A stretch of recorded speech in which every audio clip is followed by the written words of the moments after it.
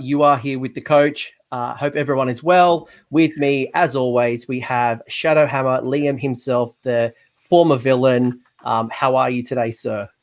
I'm exhausted because I've been up since 10 a.m. painting Runax, and I'm still not close to finishing.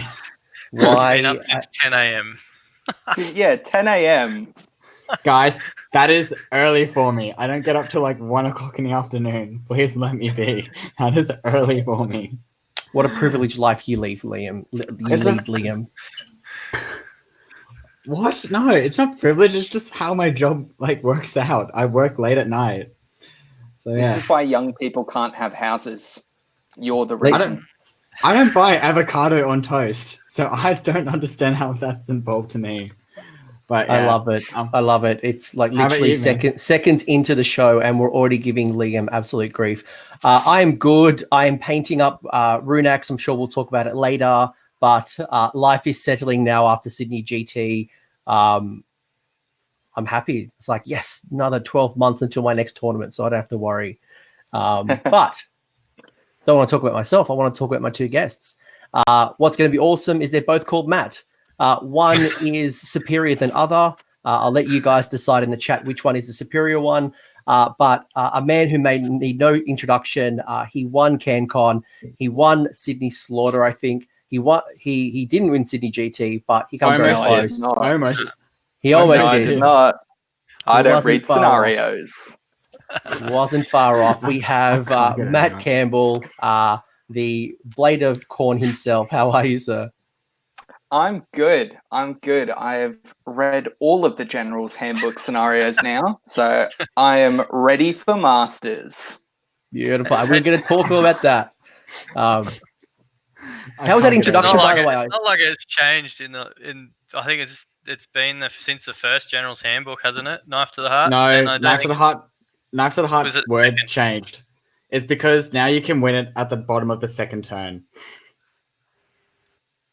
Yeah, but that wasn't even the stuff that messed me up. That was it's just me. I think I assumed it changed, and then you've gotten too good. You haven't read the rules. You don't look at packs anymore. You just rock up. You win tournaments, and he's like, I just run Blaze of Corn. No one thinks I'm good. Watch me. Hold my beer. I'm not really gonna lie. I went out the Saturday night, and you had me at a licensed venue for must have been 18 to 20 hours that weekend. So I was just pretty drunk, to be honest. Well, it's good to have you here. I've been working on the intros. I hope that did you well, and you come back. Speaking of the other Matt, I don't know if this is the better Matt or the not better Matt, but he is the mayor of Dubbo himself, one of the many Dr. Deaths. It is Matt Tyrrell. Matt, I hear you are sponsoring CanCon with some tickets at Roar and Snore and maybe some pack mules. Is that true?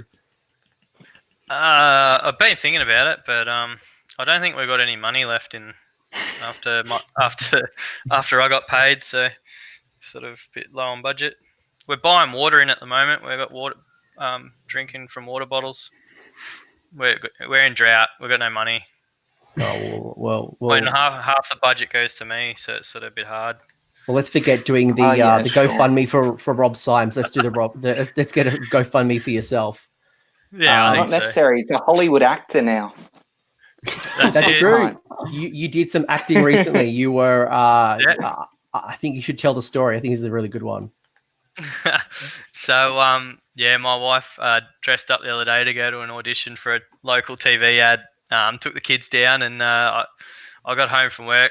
Took the work boots off, threw the thongs on, went down with her, all dirty and everything, and walked in, and they took her photo and said, "Oh, come up to me. Do you want to apply for this job too?" And I said, "Oh, I suppose I'm here." Took photos of me and then chatted to me for ages. And then when we left, a couple of days later, they emailed Miranda and said, "Oh, sorry you didn't get the job, but can we have your husband's number for the ad?" And so yeah, that didn't go down too well. But yeah, we just shot the ad tonight, and then going back tomorrow. They've actually, the person that took Miranda's spot had to pull out, so she actually got the gig now. But I'm crashing a party again. They want me back tomorrow night to do with her. So sounds like you've earned some good hobby dollars. Yeah, I did. It was actually not too bad. So, I'm going to bring up this quick question, by the way. AOS Shorts, no, the beard will not be twice as long for CanCon because it is being shaved off this week. So, yeah. Why? Because Friday is the start of Movember, the traditional start of raising money on behalf of men's health and some great research. So I will shave this off and raise some funds, but I'm sure you'll hear more about that as we go along. But it's great to have you guys. This is the first time we're streaming on Facebook as well. And for anyone who listens back on the podcast, that's pretty cool. Now we're like multi-streaming across the entire interwebs. Just need to do Twitch. No, let's not do Twitch. But today's conversation is probably going to be quite a robust one. We're going to focus on the Australian competitive scene and match play scene, and we're going to talk about the Aussie Masters as well. Now, the competitive season is coming to an end right now. Formal invitations have not been sent. These two fine gentlemen are well positioned to be in the Masters, and whether they accept their invitation or not is going to be up to those guys. But before we get into that, Liam, has there been any news recently that if I haven't been online, I've probably missed it? So Bone Daddies are coming out. If anyone doesn't know what I mean by Bone Daddies, I mean the Bone Reapers army, the new Nagash army that is just beautiful in so many ways. That went on pre-order last week, which was good. I dropped quite a bit of cash, not gonna lie. I was one of the assholes who bought more than one box of the bone type box. So I'm sorry, Australia, there was only 300 boxes apparently in Australia, and they sold out. They sold out within 2 hours. Matt, 40 minutes. Less 40 than minutes. 1 hour. Yeah. Wow. I went down at probably 10 to 2, I reckon it was. I got to the shop and it was gone. No chance.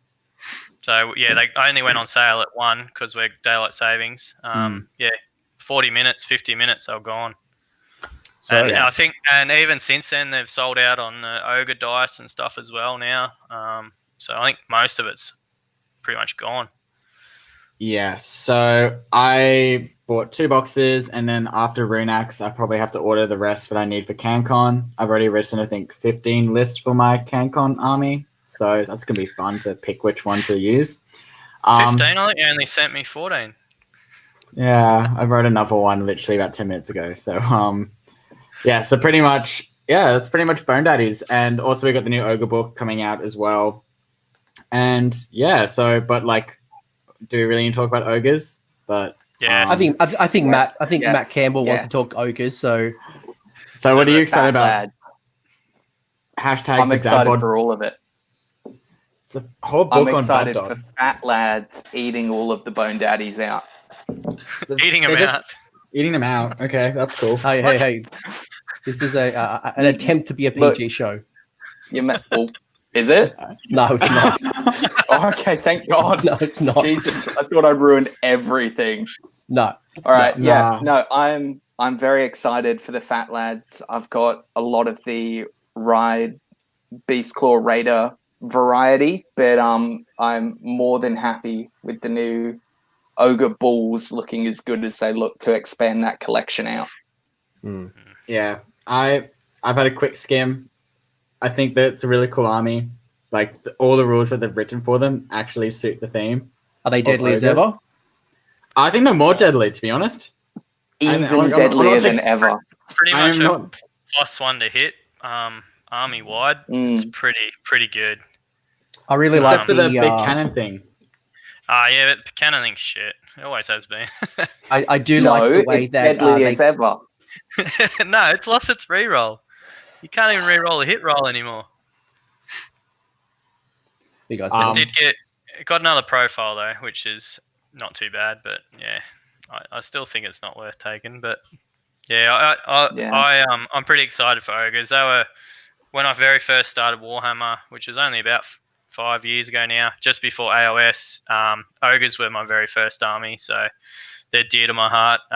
Got the Beast Claw Raiders that I took to CanCon 2 years ago, so I've got quite a bit already there ready to go, and I've already been writing lists and sending them to Liam, and yeah, it's I'm I'm pretty excited about them too, as well as the Bone Reapers. I'm going to have so much work to do the next couple of months. I think ogres have that special place in a lot of people's hearts from Warhammer Fantasy Battle because they were just so cheap to collect an army of. Like a couple of the battle boxes convert a tyrant out of a bull, and you've like got an army to play with. So I think a lot of people have them in like the back of their cupboard of shame, and we'll be able to get that out and have some games. And they've also got some cool rules now around objective claiming. So the things that made them unplayable, now they can actually compete on the objective as well as still being an elite army. So I think that's pretty cool. We also had the rumor mill today, which Twitter is furiously thinking it could be the Light Elves. Do we think the Light Elves are coming? Yes. Oh, I hope not. I love Light Elves, but I just do not have the cash right now, and I will make bad decisions. Anything but more death. I can't keep buying it all. Look, Tyrion is my absolute boy, so if they come out, I'm buying all of it immediately. Like I like Dark Elves more, so I feel like I'm safe with my wallet. But I am keen to see the like lighter side of elves like be expanded. Like we honestly thought Deepkin were, but let's be honest, Deepkin are literally Dark Elves, just messed up in the head. So yeah, I'm pretty keen to see what they do with it. I woke up this morning, saw it, and I'm like, the thing is that the swirl looks so Deepkin. If that makes sense, like the swirl thing that it has, it just reminds me of the Deepkin banner behind the A. Yeah, I was just like, looks so Deepkin, but Deepkin's already like out. So like, what else could it be? They could be getting more units. They've got a pretty limited range. It's not that many units really. The only other thing would be if it was just boring 40k Eldar stuff, but let's hope not. Oh, it doesn't look Eldar-y, but you never know, right? I reckon it's Light Elves. I just hope it's not a. I remember last year they had that limited edition model that had like the map, and it was the Warhammer world. It was a 40k model, and everyone was kind of freaking out. It was thinking of something, but it was actually just a limited edition Warhammer world model. I'm hoping it's not another trolling. Nah, or an Underworld's war. As long as it's not another Underworld's warband or something. They've done that with Death in the past and Destruction and that. They show these little snippets and then it's not even for AoS. Well, they did it with the Carnothi as well, didn't they? Everyone was like, Light Elves. Nah, just a couple cool models that you can't really use. Who knows? Yeah. To the comments in the chat, it could be Seraphon. The rumor mill's going crazy about a new Slaves to Darkness battle tome. There are rumors of a KO book. There's a lot floating around, so you just never know. I think that's the exciting thing right now. And with the amount of armies... Just quickly, we haven't had a Stormcast book this year. Ooh. Like, how amazing is that? Like, are we overdue now? Do you reckon they've forgotten? Yeah. I reckon they're probably going to do what they're doing to Space Marines, where you have, like, Stormcast Eternals, and then you have, like, Anvil, whatever, and then you got, like, Vindicators, Hallowed Knights, and you've got your different chambers. Like, all those different chamber books. I reckon that might be a thing, because it's working for 40k. If that makes sense? Like, I would like to see them split out. That might be the unpopular opinion, but I'd love to eventually at one point split them out so the chambers mean something more than just a color scheme and a narrative. But color scheme doesn't even matter. They did such a great thing for the 40k universe, so I really want to see one of the Storm hosts really get that Iron Hands. And then No, not an Iron Hand thing. No. Abort mission. Change subject quickly. All right, change subject. So that's gonna trigger Liam. Been like change 6 subject months quickly since the last Khorne book, so overdue for that as well. Yeah, and you could say Zen should get a new book as well. So who knows? The world is crazy. I think someone put out a tweet the other day that something like 11 or 13 battle tomes have come out if you count them out this year. It's been a pretty crazy cycle of new battle tomes. When you think about, you've had Gits, you've had Storm, Blades of Khorne, you've had Liam's counting them up already. I don't think it's 13. There's no a fair way Liam can count past 10. Don't. Can't go past 6, to be honest. That's why I roll D6s only. It's really bleak when you start like going with your fingers. So, someone in the chat can do it, but I'm pretty sure there's at least 10 or more. So, well, you got to add these two coming out this week. Yeah, when you add the ogres, the new orc book, you've got the cities book. When you start thinking, there's four in it's like 4 in a month alone. Yeah. So let alone everything that's come out previously, but. Either way, very exciting with the meta. Lots of cool stuff happening. Speaking of things happening, have you guys had any games recently? Mayor of Dubbo, I know you've been acting a lot. Have you taken the opportunity to hang out with the people and roll some dice with the fellow commoners? Yeah, I actually have lately. Been down just a couple of 1K games just down at the local G-Dub store with a young guy. He's only just sort of started collecting Skaven. So I've just taken down... what did I take down? Just a couple of Nurgle list with some Blight Kings and another, my Night Haunt list, just for something different, bit of fun. Just some cruisy games, but nothing serious as of yet. I'm actually in the process of, we're going to line up a day with Adam Burt, and because that's actually how I met Adam 4 or 5 years ago. Was he came up to Albury for hang out with his girlfriend, and they had just a small tournament at G-Dub. We were both playing fantasy, and he had ogres and I had ogres, and we had an ogre off. So we're going to get back into that and do another one. One weekend we're gonna do that again now with the new book. So sounds like a romantic anniversary between you two. It will be, yeah. Can't wait. So nothing serious since Sydney GT really.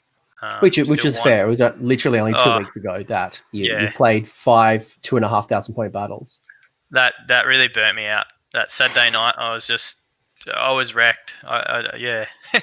A lot of people have said they really enjoyed the event, but please not another 2,500 point again, please. They're like that was a lot. That was a lot. Yeah, I think 2K is a lot better. Yeah. Campbell, have you had an opportunity to play recently? Yeah. I really like it. I like the 2.5 as a change, to be honest, because we don't have the one up in Queensland anymore. Is that right? RCGT stopped this year. Yeah, and it's nice to see what people come up with at 2.5K. That whole collection makes everyone change.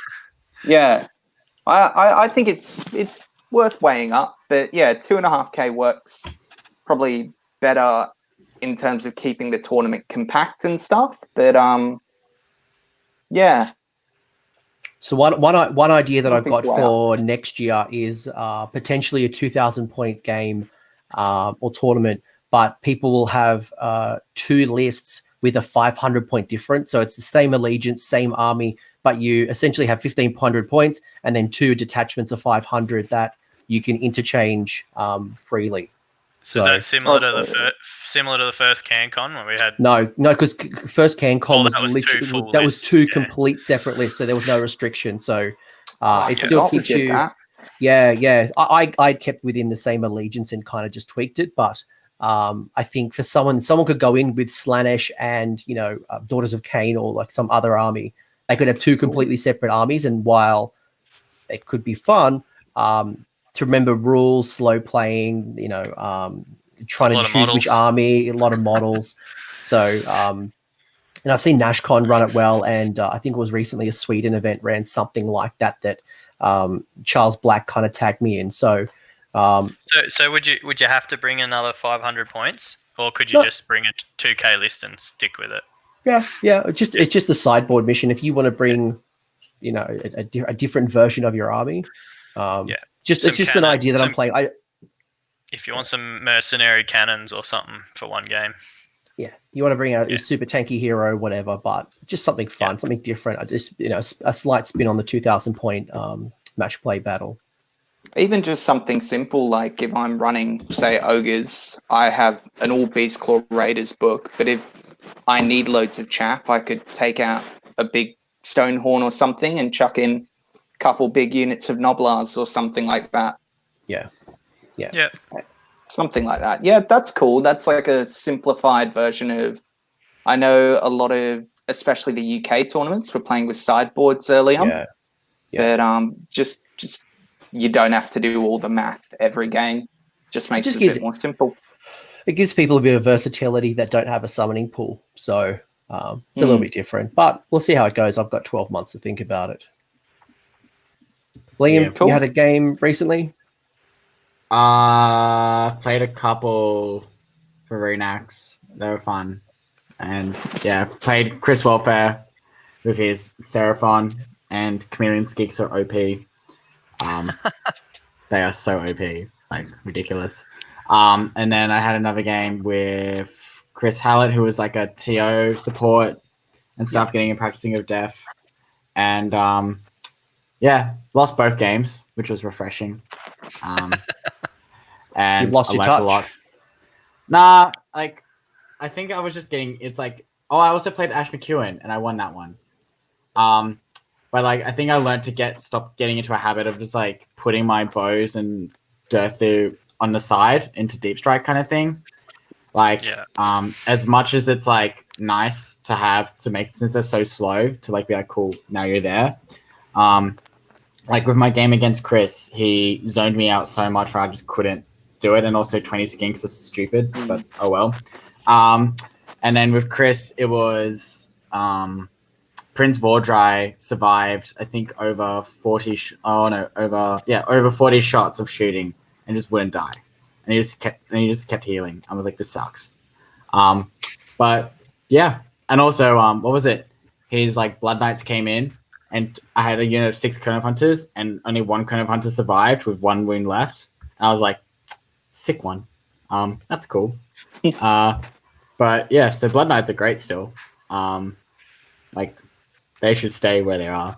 But yeah, it was good. Like good 3 games. My game with Ash was also a close game where I think we had like 2 points in it, which was good. So yeah, it was good. And you've just confirmed as well, I saw it in the private chat, that you've confirmed that there's 13 battle tomes that have happened since Soul Wars. So not quite this year, but 13 new since the 2nd edition. We've had 13 books. So that's pretty crazy. We've had I think 3. No, we've had 2 armies that came out, like 4 armies, and they've got dual like releases. So like Skaven and Fett came out in 1 week together, and we also now have the Ogres and the Bone Reapers coming out, and also a box set was released on that same time. But also, it's been 12 months, and I'm pretty sure we still have not seen any of those limited edition Loon Curse or Feck or anything else come out yet. We still haven't seen the model from the original box set. There's a Corn. Is it the Corgi? The Corgi. Yeah, the Korgrath's still not available. Corgi's in the Start Collecting box. There's a Corn Start Collecting box that has it. Yeah. Yeah, I mean they still sell them technically, but yeah, they just, if they had multi-part kit, they'd just be able to print money for it. But I'm not holding my breath, to be honest. I think the thing that could change it is if you see a lot of third-party companies start coming out with really good alternatives for these models. Then I think GW will pick up their act and start bringing out legit ones, because you want to support Games Workshop when possible for the rules, but I've seen a lot of people try and find alternatives for Korgoraths as the obvious example, because they don't want to drop $150 for 1 model. Yeah. And I know Clint Mallet was trying to pick up some loon bosses on Squigs, and he got the Finecast version. Well, he did in the end, but I mean, look at the Bone Daddies box that just come out. It literally sold out within the hour. So those people want those additional heroes. So you got to find a way. So, and obviously the reseller third-party market is just not viable, especially if you don't want to take a second mortgage. Yeah, that's not true. He could buy one for $600 with free postage. So yeah, there is that Loon Curse box still on eBay, $600 free postage. That's still a thing. No one snapped that up yet. Oh, nah, sounds like a bargain. Shocking. Sounds like a bargain. I'm going to bring us back on topic. And that is, I got probably the quickest game of Age of Sigmar in the history of the world when I conceded at the top of turn 2. It was at the start of combat for turn 2. That's not the quickest game, but okay. My quickest game? Oh, your quickest game, yeah. My quickest game. No, my quickest game. When I thought you were saying like quickest game ever, yeah. No, and Matt Campbell's going to lose his mind when I tell him. I played a Maw Crusher with 18 piggies, 2 war chanters, a war boss on foot, and I think there was another character maybe, but that is nasty. Deployed my dudes on the 5-inch line, and the Maw Crusher with a 3d6 charge still got into me. Silly me dropped the comet and gave him a free move in my turn, and yeah, it's not nasty. So I bought 30 Phoenix Guard. They'll get after you. Yeah, Phoenix Guard will help. Yeah, well, my Frigo Guard probably weren't going to help me with this one, so I'm going to Phoenix Guard. Thank you very much, Ben Camden Smith, for that lesson in life. Can I just say, when I read the War Clans book, I saw Gore Grunters because they are the coolest Iron Jaws model. They're so cool, they're just like the definition of like what a pig would look like raised by orcs. I read their rules and I was like, they are probably up there as the best unit in that book, especially with the War Chanter. They should be. They were so terrible before. They're really good chaff. No, they're really good chaff because they're like 7 wounds each on like a 3-up or 4-up save. Like it was a lot of wounds to churn through. But I mean, they were 5 wounds each with a 4-up save, but I still thought they were really, really good. If you were stacking extra attacks, because the pigs would get extra attacks, the dudes on top get extra attacks. I know Ash used to use some loads with his Gordrak list. If you give both the riders and the pigos plus 2 attacks, you get 3d6 charge, which means you can make that long charge, which gives them d3 damage. I didn't like their charge bonus. Their charge bonus was pretty bad too. Like you had to actually move 8 inches. You couldn't just roll an 8 or whatever it was. It had to actually be over 8 inches away. Like that was it's just terrible. Yeah, I like the Ogre one now. It's pretty good. Hey, look, we've already starting seeing the impact across the globe that Iron Jaws are now shaking up the meta. Yeah, they just got so many tools. Yeah, they're back. The piggies are back. The orcs are back. With 4 armies out in like a month, do we just... What? I was just going to say, with 4 armies out in a month, it's this point you just don't... Can you hear me? Yeah. Hello? You get freezing up a little bit. But just keep freezing up. You're freezing up a little bit. That's working. You have to speak up. I'm wearing a towel. With 4 armies up in a month, it's almost like you don't shake up a meta anymore. You completely redefine it at this point. Because 4 armies that all look like they can compete in a month with different tools, they're all going to be popular in their own way. It's exciting. Yeah, I like it. Yeah. I mean, the cities of Sigmar have really brought back those older armies. You know, you're going to start seeing the war machines. You're going to start seeing more magic. You've seen the orcs and the bone splitters coming back. You've obviously seen the impacts of the new box set, and they're only going to hit the table in a matter of time. Especially now we've got contrast, so it's not going to take as long for those armies to come onto the table. So it is a real meta shift. It's not just what is this army going to do? We've got 4 armies really shaking it up and. Very cool. I think it'll be good for tournament play because you always get those the meta chasers and they go out and buy that hottest army. Yeah, Liam putting his hand up. But with 4 books and they're all pretty decent, it's going to be hard. You go to tournament. You're not going to play that same list 5 times at a tournament. You know what I mean? Like you're going to you should be getting a mix, which is good. When was the last time you played any of those Cities of Sigmar armies, whether it's Dispossessed, Free Guild? When was the last time you played Scourge Privateers or like... I played against Bigwood. Bigwood, yeah. He's ordered Draconis. But like that as a common theme is not very prevalent in the competitive scene. No. But... Yeah, cool. Since Dan Swain moved away, we've got like 50%.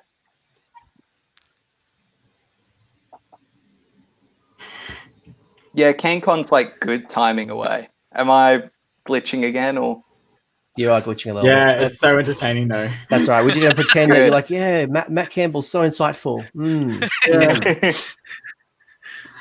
While Matt glitches to oblivion, I'm going to do a bit of a round the grounds for Australia. So Very quickly, we've got a couple of events coming up. We're closing out the competitive scene, and we'll talk about that a little bit later, which means that the events often get a little bit lighter towards Christmas, but we've got the Runax team event happening this weekend, although I'm pretty sure those dates are wrong. I've clearly got that wrong. It's the 2nd and 3rd of November.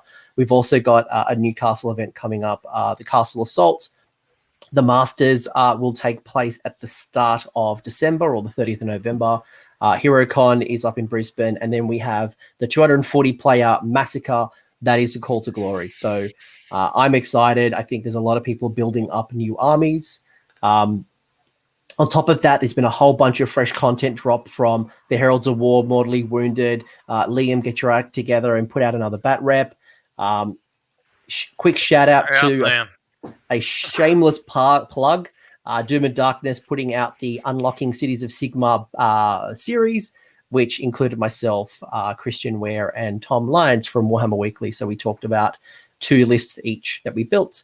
A whole bunch of new content. I recorded a Orc War Clans faction focused on the weekend, and there's plenty of cool blogs. Check out Dwellers Below. Randy, Tomb King Randy, put out an awesome blog just after Sydney GT. Not about Sydney GT per se, but more about his experience. So that's a really good read. Any other hashtag content creators you guys want to shout out? Anyone that you guys are in absolute love with at the moment? Just want to quickly say, the only reason why I haven't put one out is because I had to help a particular TO run an event. And then I also have to get my painting sorted for a particular event. But I'm also with that TO for a team event. So I have very good reason. You've already got the footage, man. We played the game. Just upload it. Jeez. I need to cut it and edit it and make us look pretty. Okay, right. I need to make sure that this face looks half decent. So Liam is not a very supportive person, but the people who are supportive are the Patreon. So I just want to call out the likes of Kenny, Chaos Spawn, and all the cool Tyler, Reflex Dog.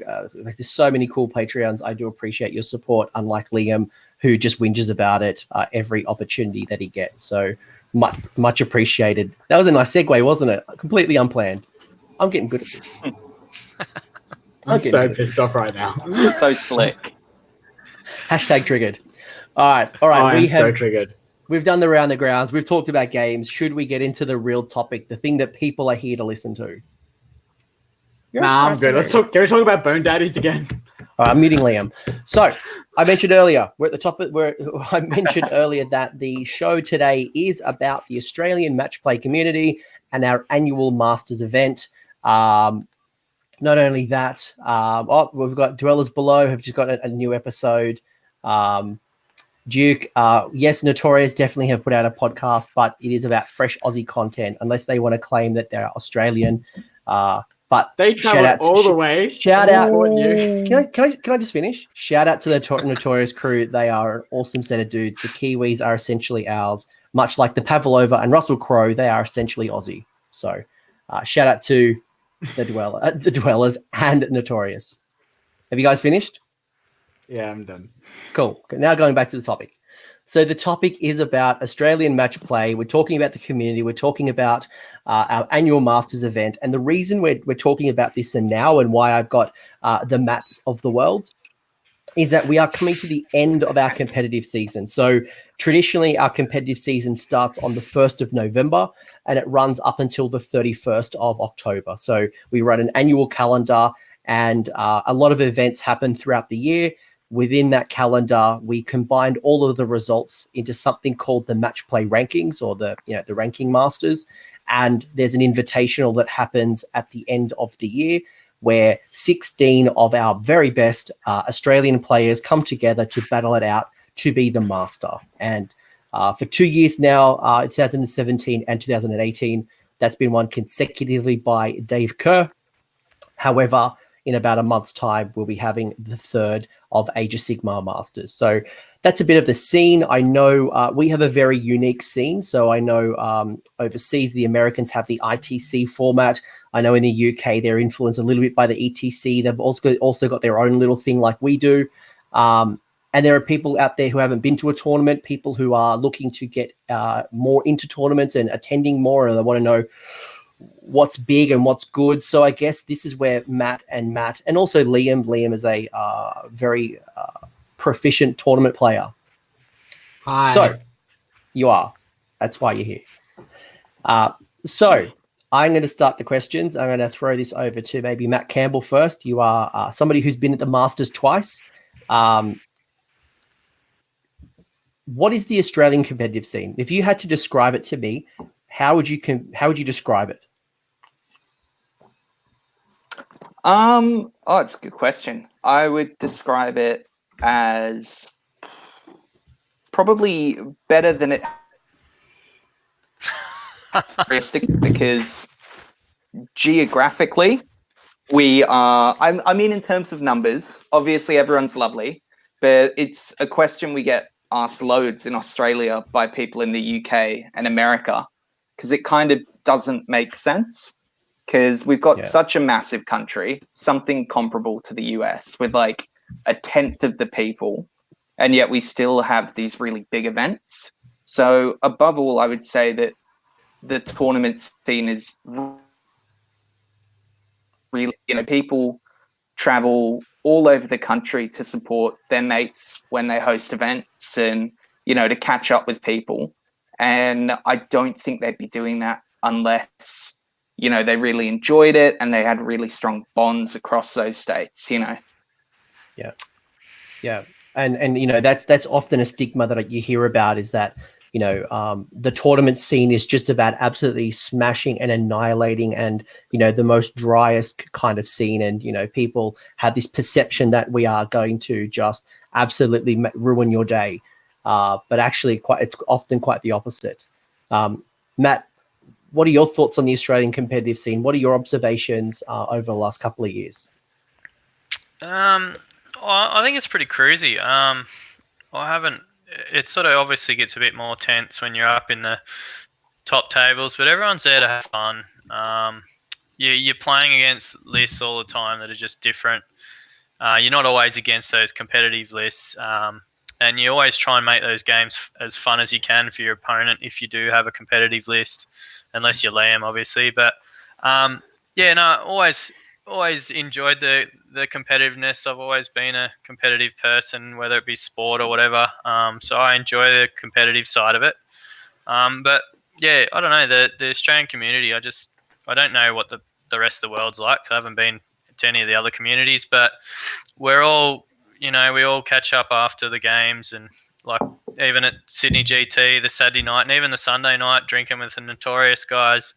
It was just a good night and just catching up with everyone. Everyone talks about games and just talks about their lives, and it's just a great community. There's for the amount of people that are in our community, that any sort of shit that does go on is very minimal compared to the size of the community, and there's the positive far outweighs any negatives in our Australian community, as far as what I see. Yeah. I would say that the mateship that we have is something that drives our community, and I have had the luxury of going over to England and going to America, and all of those communities are wonderful. By the way, let me preface that I haven't had a problem at any of the communities, but I think that inherent Australian mateship that we have, where everyone's a mate, we just have fun, we're here to roll dice. Due to the geographics of our country, often it's hard to catch up with folks. I find that we've got the competitive side, we've got the people who just want to chill out and have fun, and then you've got the people who are there for the hobby. So I feel like it's a celebration, and there's a bit of everything at the events.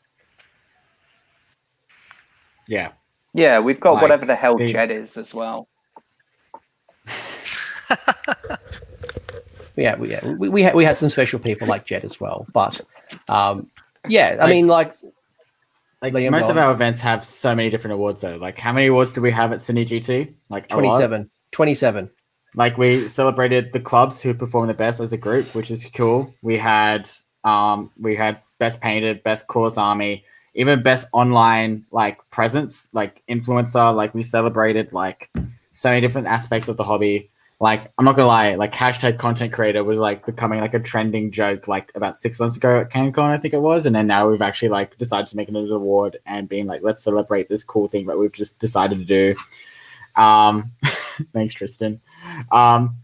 And yeah, so pretty much like we have so many different awards. So in our competitive scene or like tournament scene, like the thing that we just need to make sure is like when it comes to like saying like what is the Australian competitive scene, like that's like 2 or 3 things that are like different, if that makes sense. Like a tournament celebrates so many different things.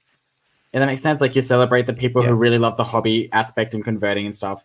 Then you guys who are all about being good sports and having a great time. And then you got all the people like Liam who are just wanting to play games and pretty much like have fun at the same time, but also try and win. If that makes sense. Like that's 3 different aspects. So like when you talk about competitive scene, I think that's the bit where you're talking about like the top table people, if that makes sense, who are like going at it for the ranking points or going at it to like get the first place, second place, etc., or best death or whatever. But as a whole, the tournament as itself is celebrating, like each event celebrates all 3 or 4 different aspects of the hobby, if that makes sense. Yeah. So yeah. But even in saying like the what you just said, the top tables, the people wanting to win the tournament, like I went to Sydney wanting to win, and that the first game played against Matt, and I still reckon, well, I think that was I enjoyed that game the most for the whole tournament. Like Matt was great to play against, and you know it was probably the matchup that I had to win, one of the ones, and I didn't win, but it was probably my favorite game and favorite opponent for the weekend. Like even though he was the top tables, he was going to be right at the pointy end. It was still an enjoyable game. You know, like it's good to have that in our community, that you don't just have those people at the top that just want to win and do it at all costs. You know, they're actually wanting to win, but they want other people to enjoy it too. Yeah, which is good. I would say a large proportion of players have the goal of winning more than they lose, and they'd be happy with 3 and 2. You do have that 10 to 20% of your attendee pool that are definitely gunning for best death, first, second, third. But I think for most of it, it's just people taking 1 or 2 days out of their weekend to roll dice, have fun, catch up with mates, paint their armies. It's a wonderful deadline. So. Yeah, absolutely. Yeah, like that question is super broad. Like, what is the Australian competitive scene? Like, competitive scene is like the ranking system. Let's just say competitive scene is like our ranking system, if that makes sense. But our tournament scene is where we celebrate all 3 or 4 different aspects, in my opinion. Yeah, and some tournaments will go more than others. You've got the likes of Sydney Slaughter, which definitely is towards more of the, I wouldn't say narrative, but definitely it's a blend around sportsmanship, and they really celebrate hobby. But then, you know, Liam, yourself, you've run a tournament where it was really about the best of the best kind of competitiveness. And, you know, there were certain things that were left out because you wanted to really practice the very best. So there's a bit of a mixture, something for everyone. But I think ultimately it's people coming together, rolling dice, having fun, and celebrating the hobby. Yeah, exactly. So Matt Tyrrell, how would you differ? Let's imagine I was, someone who was playing at my local game store. I've only ever played in garages at Games Workshop.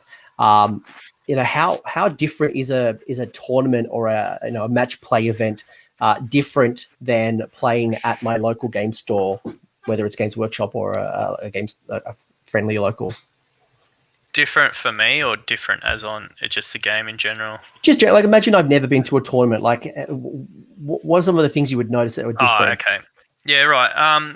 Look, obviously at your local, you're probably going to be playing against people that don't have optimized lists. They're just coming through, they've just thrown together their models, and they're like, I want to play these models on the board. Let's have a game. That sort of thing at your local. As a tournament player, you're seeing the optimized lists, of course. You're getting those really nicely painted armies at times too. But yeah, if you're going to a tournament, expect to have a few hard games, and you're probably going to be playing lists that you've never seen before. Like, we've got a very small community here, so I think every every tournament I've been to, I reckon nearly 50% of my games are against completely new armies I've never played before. So if you want to be good at the game, you gotta learn these armies and know how they work. And look, if you just ask your opponent beforehand, and most people ask you, have you played against this list before, or have you played against this army before? And all you got to say is no. Can you explain it? And I haven't had anyone say no, they're not going to explain the army to me. So I think that's a huge difference between tournament play and your local game store. And I'm even the same myself. If I just go down to the local game store, I'm just going down to have fun. I'm not making an optimal list. I'll still make a lot of the time it'll still end up being a half competitive list just because it just is. But it's more just to go have fun when you go to a local store as opposed to a tournament. And for me, for example, living where we live, it's always a minimum 3 to 4 hour a trip to get to a tournament. So to go that far for a tournament, I always feel like you're going there to perform and play at your best. Otherwise, it's a lot of money and a lot of time out of your life to just go somewhere just for a fun weekend. I still have fun, but that's just how I see it. Like even this year, I only managed to get to 3 tournaments. We had a baby early in the year, and it's just hard trying to get away from young family, really.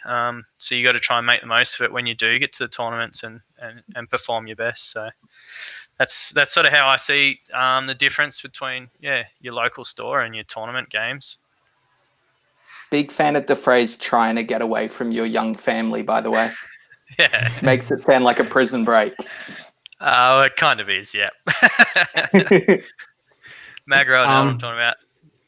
I got a dog, so I wish I could. I was this close to bringing my dog to the old Sydney GT location, but that is it was very. I actually could have, but maybe that's next year. One thing I also want to just say about that question is, as someone like who used to work for GW and stuff, I remember there was a huge discussion where people were saying like, I want to take. Now you see this question a lot on Facebook where people are like, I'm going to my local GW tournament with 1,000 point or whatever, write me the most optimal list. Yeah. If that makes sense, right? Like, do you guys see that question on Facebook a lot? And like my response always is that the Games Workshop stores, and let's just straight up, like the Games Workshop stores are designed for beginners. Like you're probably going to be playing like newcomers, like people who literally just started out. If you're going to rock up with the most competitive list you've written, like that store or that event is not the right one. If that makes sense. Yeah. Like you whatever list you want to take, that 1,000 point, 2,000 point list, take it to a tournament kind of thing, like independently run.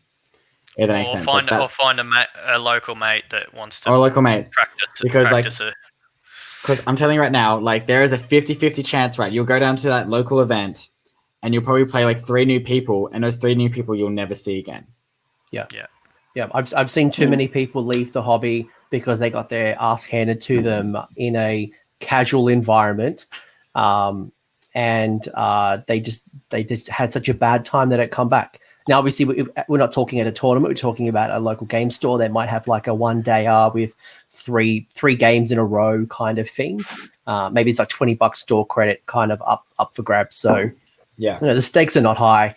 So that's a really good point, Liam. Yeah, like that's I think just the one big thing. thing with it, with I don't want to say proper tourney because that sounds douchey, but like an independent, larger tourney. Let's call it a GT. Let's say GTs. GTs. Sure. Yeah. Okay. So the cool thing with the GT is that because you got so many players, there's a big sample size.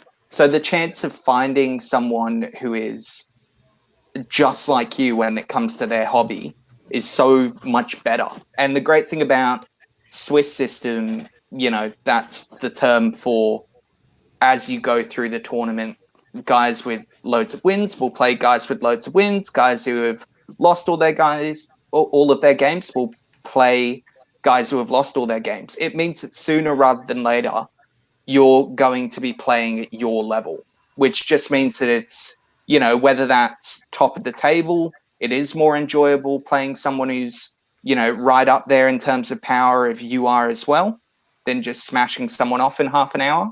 Or if you're not great and it's one of your first tourneys, or you're not running a really optimized list, then you'll get to play games that are representative of that. Yeah. Yeah. And that's the cool thing is, you know, I had a lot of people inquiring for Sydney GT. They're like, oh, this is my first tournament. Should I come? And the answer is yes, come to a tournament. One, you get the experience. Two, you get to meet the community. And three, even if you're brand new, you're going to get 5 games or 3 games in a row. You're going to learn a lot about your army. And it's not like you're going to be playing the best of the best for 5 games. You're going to be playing people. Yeah, the first game or two, you might have a really tough matchup. But if you lose that first game or you lose that first 2 games, you're going to be playing people of equal, I guess, power level or skill level. So definitely come to events, whether it's Australia or globally. Yeah, and that socializing point is a big part of it, because it's hard to say this without sounding douchey, but because I'm more experienced and you three will all have the same thing, I'm sure. At tourneys, I get people, you know, who are very fresh into the game in general, or Corn specifically, coming up to me, asking for advice, going, hey, I want to be a bit more competitive than I am, you know, or I want to change something up. What do you think? And it's not a thing of, oh, they'll ask you because you're amazing at the game. They'll ask you because you're experienced. And it's like, hey, I want to make this list, you know, more competitive at a tourney. You're competitive at the tourney with a similar army or the same faction. How are you doing it? So it's a way of opening up those avenues for self-improvement. Yeah, you learn more from your losses than you do from your wins. Like, Magro and I's first event was the first CanCon, Age of Sigmar CanCon. And like... Same. And that was... And like, we've all like not looked back. Like, that was an insane event. Yeah. That was the same. We've traveled together, like, you know, Matt, Liam, we traveled to Brisbane together, you know, and I would call you guys mates now. We, you know, we hang out, we chat, we formed a friendship, and you do that, you know, as you meet people and you see them again and again and again.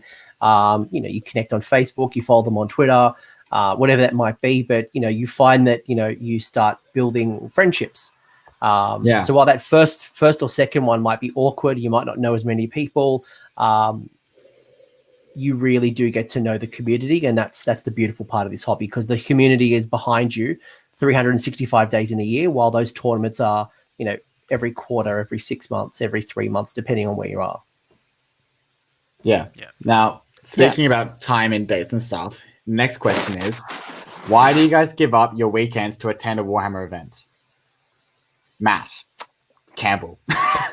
There we go. I just realized I was like, if I say Matt, I'm like, shit. That narrows it down by one person. It's an interesting question. I mean, the things I like doing on a weekend when I get the chance are to socialize, go out for a beer, and play some Warhammer if I'm lucky. So this is a great way to socialize with people I know, especially people I don't get to see all the time when it's interstate people, or even just people I don't see all the time from Sydney. You get a couple drinks at most tourneys these days are at places where they have bars, and you get more Warhammer than you could ever need in a weekend. So it's that, you know, I essentially get to play my hobby all weekend, and get to justify it. Yeah. Fair response. The mayor? I just love playing the game, to be honest. On average, I play once a week as it is, just because I love playing. And then to go away for a tournament is just the next step up. It's especially, as I said earlier, with having family. It's sort of a weekend where you know you can just play games and not have to worry about family. Because a lot of the time, you might organise a game with a mate on a weekend, and then something comes up, and then you've had to call it off, or you get halfway through a game and you've got to go home for some reason, family issues or whatever. You don't get that at a tournament, so going to a tournament's just, I really find it a really enjoyable time. I love catching up with a lot of the new mates I'm making from it. As I said earlier, I don't get to go to a lot of tournaments, so when I do, I try and socialise as much as I can, and catch up with the whole community that you do get to chat to on social media and that, even through podcasts now. But it's always better to be talking to people one-on-one in person, having a drink. And yeah, look, I'd give up every weekend if I could to play tournaments, but it's just, obviously you just can't for life reasons. But yeah, I just enjoy the competitiveness. I just enjoy friendship, everything. So yeah, love it. Yeah, I love it. And I think your dog agrees as well.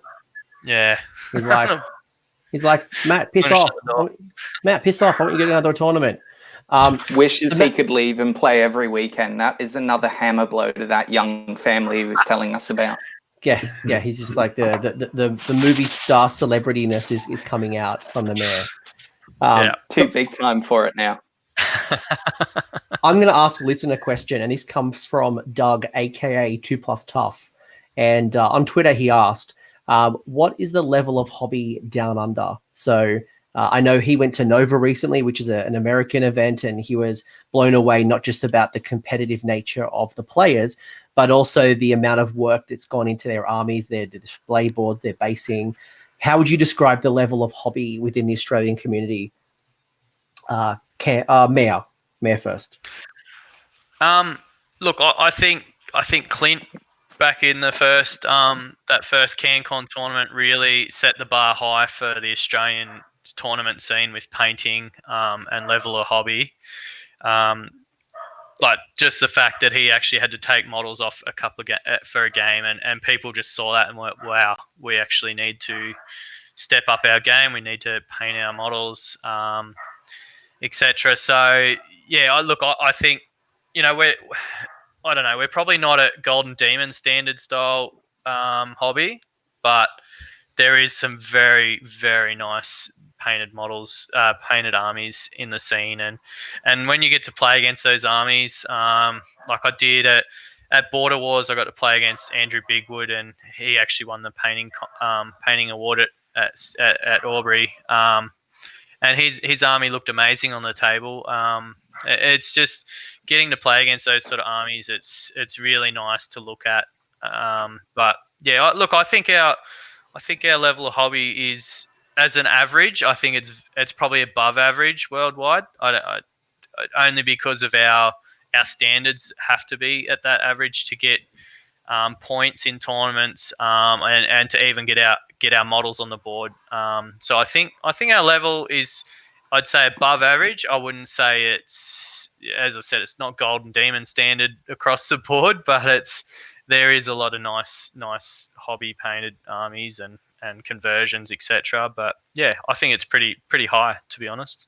Yeah, I think you've just got to look at people like Ben Spinetti or Nathan Princey, or Deke Johnston, or there's lots of different players out there who are good players. They are very good players, and some of them are very. Dan Brewer's another one. Not only is he a great player, but he's also a really good painter. So I think you do see those really creeping up, and I think part of the Australian meta or the Australian community holds onto their models longer than maybe others. Maybe it's the cost of the dollar. Maybe it's the fact that people aren't as quick to kind of change armies or whatever it might be. But I think because we've had more time with our models, we traditionally find we put a bit more effort into it. I don't know, maybe we don't have to rush, or because we don't have as many tournaments on a weekly basis. We've got a bit more time in between events. I don't know. Yeah. That's my observations. Yeah, I agree. Like our hobby, especially the first CanCon, but like the fact that like our paint rubric is like you get points for conversions for like painting for freehand and stuff. You get all those people doing some extra stuff, and straight up, like picking the coolest army award is probably the hardest thing of the whole event. Yeah, if that makes sense. Like there's so many cool armies, like Princhies, like Space Wolf, Stormcast army that we you all saw joked Twitter around. You saw Twitter explode on about around Sydney GT with Ben Spinetti having that octopus bar with Lotan. That was just he did great at he did great at the event, but he does little quirky things like this, but he's not the only one. There's lots of different people who at that. Yeah. Like we saw some cool, like straight up some cool hobby. You always have those people who just do bare minimum, get battle because the hobby part of the painting part of the hobby is not for them. But you do have those people who are like straight up like put conversion work and stuff and everything. And like I'm not gonna lie, without that painting rubric that Clint first brought out with like do this, do that, and then like expanded it and like said like you get points for this, get points for that. Even I myself have like put so much time and effort into my hobby just so I can like be like, cool, I want my army. I want to put my army on the table and be proud of it. And also make sure that my opponent's having a good time seeing a cool army on the other side. If that makes sense? Yeah. I just want to answer, by the way, Chief's asked a really good question. He said, from what the mayor is saying, do you think, do you have to have a certain level of painting to be eligible for a tournament? So speaking on behalf of the average Australian tournament, and this might not be across the globe, so I know we've got a pretty good reach, but in Australia, the traditional painting requirements is what Games Workshop now quotes battle ready, which is 3 colors at minimum, plus the base painted. So you might use a textured paint, you might put some sand and paint it green or whatever, but making sure there's no undercoat or prime, and the model is painted at least with 3 colors. That is the foundational basics of what would be expected in Australia. If you come to an event with that, you are absolutely fine. You won't have your models removed. But certainly, I think as you get into the hobby, more and more people raise the bar and they try to bring their best painted. So and for people that want to do well at tournaments, you've also got extra points if you do paint your models more, as Liam was saying. So it's if you rock up to a tournament with your base paint, your base minimum standard, you're losing out on normally some tournament points or however it works. So you want to try and do that a bit extra. I would say though that don't look at the painting rubric and look at that going, oh, I couldn't achieve maximum points because I don't know how to freehand, I don't know how to use object source lighting. I'm not going to attend the event. Definitely come, but don't see that as a barrier, but certainly a minimum goal to achieve. To give people an idea to answer this question, like on average, the maximum painting score is 30, but we cap it at 25. So you could score 30. But to go to your event, TPs or whatever, it's 25, I'm pretty sure. And we straight up said the minimum you can get. CanCon's 20. CanCon's 20. So they've actually reduced the bar. So if you have a display board, you get some points. If you have some conversions, you get points. If you have done some freehand, you get points. So depending on what you want to do, you can earn points. But what I was going to say was minimum is like 15 points on average. Or something ridiculous, or like maybe 10 now, I don't know. But all you need to do is have 3 color minimum, have all your basing pretty much looking the same so your army looks cohesive, because that's a point, making sure your army looks cohesive. If you can get those 3 things, pretty sure that equals up to like 10 points or something. So yeah. Yeah, I mean, I'm so not like a hobbyist by trade. I'm not great at the paint scores, but as Liam will point out, whenever I go to take a photo of my army or something I'm painting up, I suffer from shaky hands when I go in to do detail on a model or something. So yeah, I'm absolutely shocking at the fine details of the painting, but then also taking photos of it subsequently. But through things like in order to get those max points, you just got to pick what you can do. So I will use a lot of dry brushes. I'll use washing.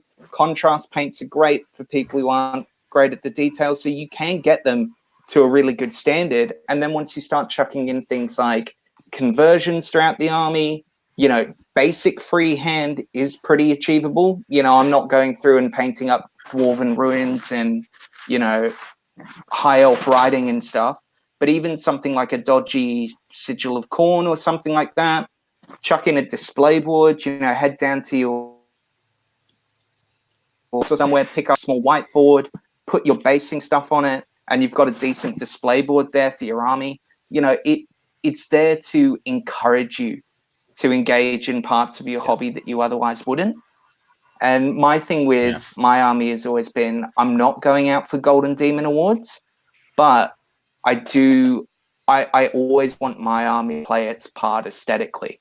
So if I chuck mine down opposite some of our best painters like Travis or Ash or Brewer or Ben or Mabry or Deke, you know, there's too many to mention. I will have insulted so many people then who are top level. But I basically like to think that my army adds to it rather than looks like a pile of trash and detracts from it. You know, as long as your army looks striking and looks like it belongs on that battlefield, I think absolutely that's all you could ever ask for.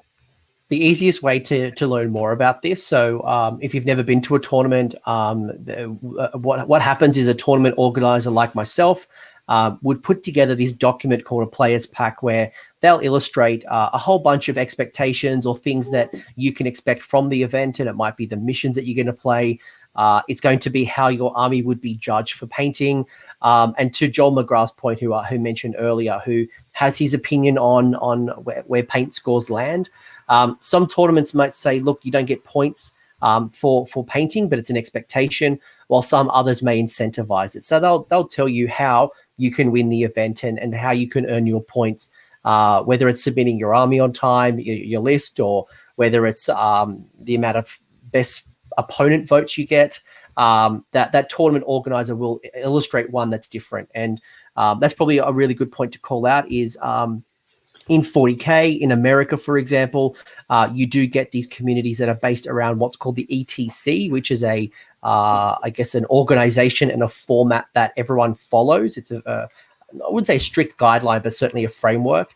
In Australia, we don't have that framework, which means every organizer does something a little bit different, which can be fun, but also could be frustrating because each tournament would have different expectations. But there's a level of consistency across the group. So I think that's where we get interesting things happening between, you know, the Bush Bash versus Sydney GT versus RCGT versus Brishammer versus, you know, Slaughter. There's so many different nuances, and there's something for everyone. Yeah. Fair enough. Speaking of events, what are some of the big events that you guys have attended, or like what are some of the landmark Australian events that that people should aspire to attend at in some point in their life? CanCon. Okay, CanCon. What is CanCon and why? Well, I don't know. That was the first tournament I ever went to, but it's now Australia's biggest tournament. The world's largest event. Well, yeah, the world's. Let's say. It is. No, definitely the world's biggest. Definitely the world's biggest, and whoever wins it is the best player in the whole universe. Definitely. Yeah, and they get to repeatedly talk on the Heralds Below and remind Clint Mallet that they won CanCon. But jeez. Sorry, man. Yeah, so CanCon. CanCon's one, definitely one. The only other big events I've really been to are Sydney GT, which I went to last year as well. And then you've got your smaller ones. So they're the only two I can really talk about as far as big GTs go. So yeah, what about you other guys? I want to get to Sydney Slaughter is probably another one. That's probably one that I'd really like to get to. It just normally comes up. I think is it on a long weekend? I think it's on the Queen's birthday. Yeah, and as a family, we're always doing something for the long weekends. It's always a hard time of year to go. But yeah, it's probably one tournament I'd really like to get to, and one of the big ones up in Brisbane area in Queensland there. I'd really like to get up there for a tournament and just to meet the community up there that I haven't met yet, and play in one of their tournaments. Yeah, all of the ones you mentioned are great. Obviously, we're all from Sydney, so CanCon, Sydney GT, Sydney Slaughter are all close by. If Shadowhammer GT ever comes back, obviously cheeky plug for Liam. Yeah. throughout different states. I would say Runax is coming up this weekend, and that's huge. Even though it's not like a single player, I always love it because it's massive. But Lords of War down in Melbourne, I've never made the trip myself, but I've heard really amazing things, and I love next year. SAGT, so South Australia GT.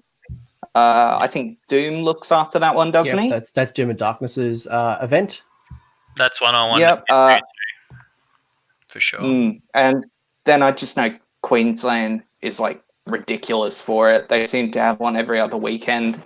So I would say those are most of the ones I can think off the top of my head. I'm not sure about Western Australia. I know they've got a scene out there. Yeah, they've got a big CanCon like a convention called Soho or Southern Hemisphere Open. I give a shout out to Brishammer. I give shout outs to the Measured Gaming Boys. They've got the Bush Bash and they've got BadgerCon, which are their two big events.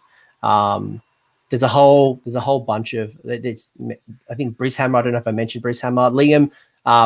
Shout out our crew over in New Zealand, and to Tristan, who's in the chat right now, screaming things like Bobo and all that good stuff. We are talking about Australia, but if we're talking international scene, we would talk in America. You've got Adepticon, LVO, and Nova. You've got Ken Hammer up in Canada.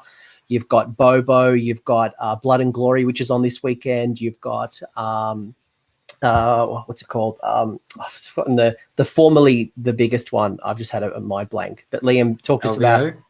No, not LVO. That's it. Pardon? Oh, South Coast. Yeah, South Coast GT. So there's a lot of cool, big events. Obviously, there's Chris Tomlin runs a great event. There's a lot of events across the globe. So my big events that I highly recommend is, of course, CanCon.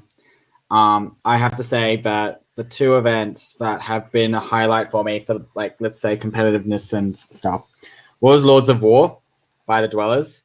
I did enjoy getting home at 4:30 a.m. and waking up the next morning regretting everything, but at the same time not regretting it. That was such a good weekend. Like, I can't get enough of it. That was awesome. So I'm definitely going next year.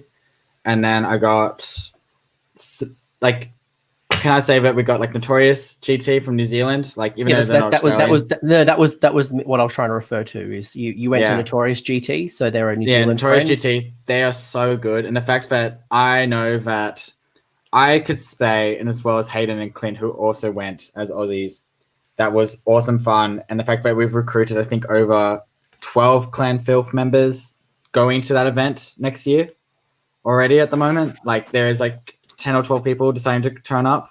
So yeah, like, that's an event to like look out for, because that's just New South Wales at the moment. So we don't even know about Melbourne or Queensland going over there. And Runax was also an event because it's a team event, so it's something different. Big shout as well from Tristan Gray, who's in Canada, who's saying the Anzac Cup. So this guy literally on the other side of the world is shouting out the Anzac Cup as well. So I don't know if that's happening next year though. Well, either way, we had the Anzac Cup. That was we had the Anzac Cup. That was a good one, but that was actually really fun. But Runax is definitely one to put on on your calendar because it's a team event, and I don't know, team event is just a different atmosphere because you're with three other players, and you're trying to like know each other's strengths and weaknesses, and trying to like know who to pair them up with, kind of thing. So it's a very much like a good team exercise, which you never really have in a competitive scene. Like, you don't like in like single, like, because it's every man for himself. But this one's like, like everyone come together, let's work as a team and try and get it out. And and it was just awesome fun. Like, I think our first season of rankings and stuff, we had a team event run by Heralds and Mortally Wounded, which was fun. And then Gabe has taken that mantle and doing it, and he's killing it. So yeah. Those are the events that I just like, they're on my calendar and I look forward to. And of course the New Slaughter, because it's a bit different because it's custom scenarios, which is like a different flavor. Like, it's just good because it's around that time of the year where we're sick of the GHB. Like, we don't want to touch it. So it's refreshing. So yeah. But yeah. Not very cool. So the reason why we're listing all this out is I wanted to kind of frame this up a little bit to say, well, how does it all work and how does a competitive scene come together? And that is coming through the Australian match play rankings. Now, this is a system that Clint from the Heralds of War puts together. It is a way to combine Australia, and basically what happens is each tournament is ranked essentially, and the more players that are happening in a tournament, the more fictitious points are available. Yeah. Now, obviously, there are prizes and there's monetary things, and you can get rich and retire playing a Warhammer. Maybe one day, I don't know, not today, but obviously there are prizes and there's cool things you can win. But the thing that really drives our community is this match play ranking system. And the reason it drives our community is, I mentioned right at the start of the stream, is we have this annual event called the Masters, which essentially brings the best of the best together to fight it out to ultimately see who is the best Australian Warhammer player in the year. Now, Dave Kerr has won it in 2017. He won it again in 2018. And I'm sure there are a lot of people who are going to fight for him and fight against him as well. I know he has a big following up in Queensland for the Mango Mafia. Literally every Queenslander will fight for him. Yeah. It's like Game of Thrones. They would follow that White Walker to the end of time. No, it's the North. King of the North. Follow the King of the North. Do you even watch Game of Thrones? You're wearing a House Stark hat. And you don't even understand the story. What are you on about? I followed the White Walker. Anyway. Oh my God. Liam, triggered. Liam's just offended because he looks like a White Walker. I love triggering Liam. This is what gets the ratings. Anyway, let me explain. So for the people who are on the podcast, I would highly recommend you type in the Australian ranking system or Australian rankings into your Googles, and it'll come up with a website. What? Or just go rankings.heraldsofwar.com. That's way easier than just going through Google. Anyway, so what you will see seriously, here, just mute him. I'm going to look, if he wears his sexy elf costume, I'm definitely booting Liam. I will need a new co-host, but he is definitely on his last legs. I might invite Danny Carroll, my former Free People friend. Anyway, though he's a dweller, he might not come in. So what you've got here is every player in Australia who has played in a tournament. And this kind of captures the whole year. In fact, there are names from last year and the year before, and they just don't have any points. Now, what you're seeing here is the ladder. So you're seeing Matt Campbell. You're currently first at the top with 298.81 points. We see Charles Black, Corey, Ryan, Ash, Sam Morgan, Matt Tyrrell. You're up here, number 7. And you can see here that this ladder correlates all of the players. Liam, where are you? Are you here yet? Yeah, I'm 26. I don't want to talk about it. Keep scrolling. 26? No, you've dropped to 28. What do you know? Anyway, I'm 41. Yay. So what you're seeing here is every player here. And what happens is it combines the tournament points you accumulate. So I'll come to myself for example. Actually, we'll go to Matt. Oh no, we'll go to me. We'll go to Liam. Let's pick on Liam. So we can click on Liam, and we can see all the tournaments that Liam has attended this year. Now, to qualify for a tournament, our events need to be a minimum size. I think the minimum player size now is 16 from memory. 24. It's 24. So 24. Oh, no, sorry. No, 16 because 9. No, it's 16 still. Yeah. Yeah. So I was right. So I'm always right. 16 players, minimum 3 games. Now, the larger the event, the more points that are available, and the larger the pool. So don't worry about that for now, but just know that people are accumulating points. Anyway, we're looking at Liam here, and Liam, this calendar year, I mentioned that the season started on the 1st of November. You can see here that in this calendar year, or this tournament year, Liam's attended Lord of War, Sydney Slaughter, Border Wars, Anzac Cup, CanCon, the Games Cube, which is a one-day event. John McGrath's correcting and saying it's 12 players. I thought it got bumped, but that's okay. Regardless, you're looking at it, there's a minimum player size. Anyway, you can see that Liam has accumulated points. The bigger events get more stuff. And what happens is now, in order to stop this from being a system that the person who just attends the most amount of tournaments gets the most amount of points, we capture the top 3 points or the best performances out of your top 3 events attended. So we can see that Liam did his best at the Lords of War, Sydney Slaughter, and Border Wars, coming 8th, and 14th. So, however, you could see that. Well, I mean, you didn't. You're a TO at Sydney GT, which could have been a very big pool of points because it was a large player base.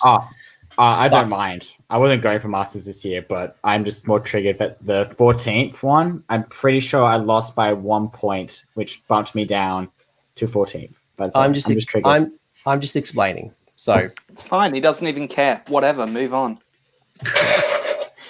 Anyway, so and you can what you can do is you can type in, I'm playing at a 50-player event. We're only going to play 3 rounds. It's a 1-dayer, and I come 11th. It will tell me how many points that I would actually score. So it's pretty cool. So basically, if I want to try to break into the Masters, I'm really gunning for 260 points kind of at minimum. That's kind of really my benchmark for this calendar year. Yeah. Now, unfortunately, the season's over, but next year as we move into the tournament scene, I have a benchmark of what I'm striving for. And essentially, these top 16 players, so Chris Tott up to Matt Campbell, will all get an invitation to attend the Masters, and should they not accept, we will invite a few others, not going too low, maybe family or financial situations may stop them from coming, but that is it. And you can see here that, not only is Matt Campbell a great player, but he's also got this little icon, and we give out icons, whether it's best blades of corn, Skaven. Most important icon. I think this one is the Marco Colombo, who attended the most tournaments. So anyway, in a nutshell, this is the competitive match play scene that kind of overarches everything we do. We can go into more details about this, but I wanted to give that kind of quick introduction on the incentive and the thing that drives people to either start new armies for the new competitive season, to absolutely smash it out of the park and attend these types of events. These are the motivator of, Matt, I know attending Masters this year was definitely a goal, while, Matt, one of your goals may have been to keep getting invited. Killing it. I'm crushing it. I'm going to stop sharing this screen because I'm losing the plot. So let me ask you, Mr. Matt Campbell, what is the Australian Masters? The Australian Masters, or Dave Kerr Invitational, as we like to call it, it's basically using the Heralds of War system that Coach has just been over there. It works out the top ranked tournament players, has them all come down to an event where pretty much everyone is geared towards playing competitively at that point. But it retains that Swiss pick feel of, you pretty much have to win all 5 games to realistically win the Masters. 4 majors and a minor might do it. I'm not sure what's happened historically with that, but yeah, you pretty much have to be at 100% because so many good players are all at the one place that one slip up is going to cost you there. Yeah. And Matt Tyrrell, this is your and Matt Campbell's attended 2 out of 2 Masters so far. So this is our 3rd Age of Sigmar Masters. I believe there was a Warhammer Fantasy version prior to this. But Matt Tyrrell, this is your first. I know 2019, this was a goal of yours to get the invitation. So I guess my question is, why was it a goal to attend Masters? Why was it important? Why is it something that was, I wouldn't say driving you, but certainly why was it an aspiration for you? Well, as I alluded to earlier, I've always been a competitive person. always want to do well at things. So to go to tournaments and finish high, and then obviously get to Masters. Another thing is I do enjoy playing the better players. That's why I grudged Matt at Sydney GT. I wanted to know like where I'm situated to be up against the better players as well. Like people like Dave Kerr, I've never played him before. But like obviously Adam Burt was ranked pretty high up last year for most of the year, and I've played a lot of games against him. And he's a very good player. And I just enjoy watching good players play on the table and see how they play their armies and how they respond to certain things. So for me to get to Masters I actually really wanted to get there last year. I only sort of just missed out with I think it was 24 players were invited last year. I think I finished about 30 or 32 or something with dropouts. So I kind of just missed out. Had a few good results last year, but obviously not good enough. So this year was at the start of the year, it actually wasn't a goal because I knew I was having a baby and I thought I wouldn't get to enough tournaments. But then when I finished pretty well at CanCon, I think I finished 9th. I got 90. I think you get 98 points or 96 points for 9th. And then at Border Wars, I played off at the top table in the last game against Chris, and and then I ended up finishing, I think 7th, but that still got me 80 something points. And then at Sydney, and then after Aubrey, our baby was only like a month old, and after that, I haven't really played any other tournament. I didn't get time to play tournaments until the Sydney GT one was coming up, and I thought, well, there's a good chance to get good points at Sydney GT. So I sort of decided, well, now's the time. I really need, if I want to get there, I still can. So it was one of those things I wanted to do last year, and I just missed out. And then I thought this year would be just a complete write-off, but managed to do it with just the 3 games, which was pretty good. Missing out last year and finishing quite high at CanCon was a bit of a motivator to go, well, I've had a good start. I'm now going to continue. Yeah. And I think that's probably what hurt me last year, because I took Beast Level Raiders last year to CanCon, and I finished, I think, about 50 odd in the tournament. I still did well. I think 3 and 2 or something, and could have went 4 and 1. But it's always been a goal since I started playing in the last 2 years competitively. And then also last year to have both Jesse Perkins and Adam Burt make it to Masters. They give me shit all the time about they show me their mugs or whatever it is they got for attending Masters. So yeah, it'll be good to get there and be able to rub it back in their face a bit too. and get a mug. Yeah, get a mug this year, because neither of those, I don't think. Oh, Jesse wasn't too far off in the rankings, but it's always a goal. As I said, I've always been a competitive person, so anyone that's competitive, they always want to be the best, or they always want to play against the best. So yeah, that's why I wanted to do it.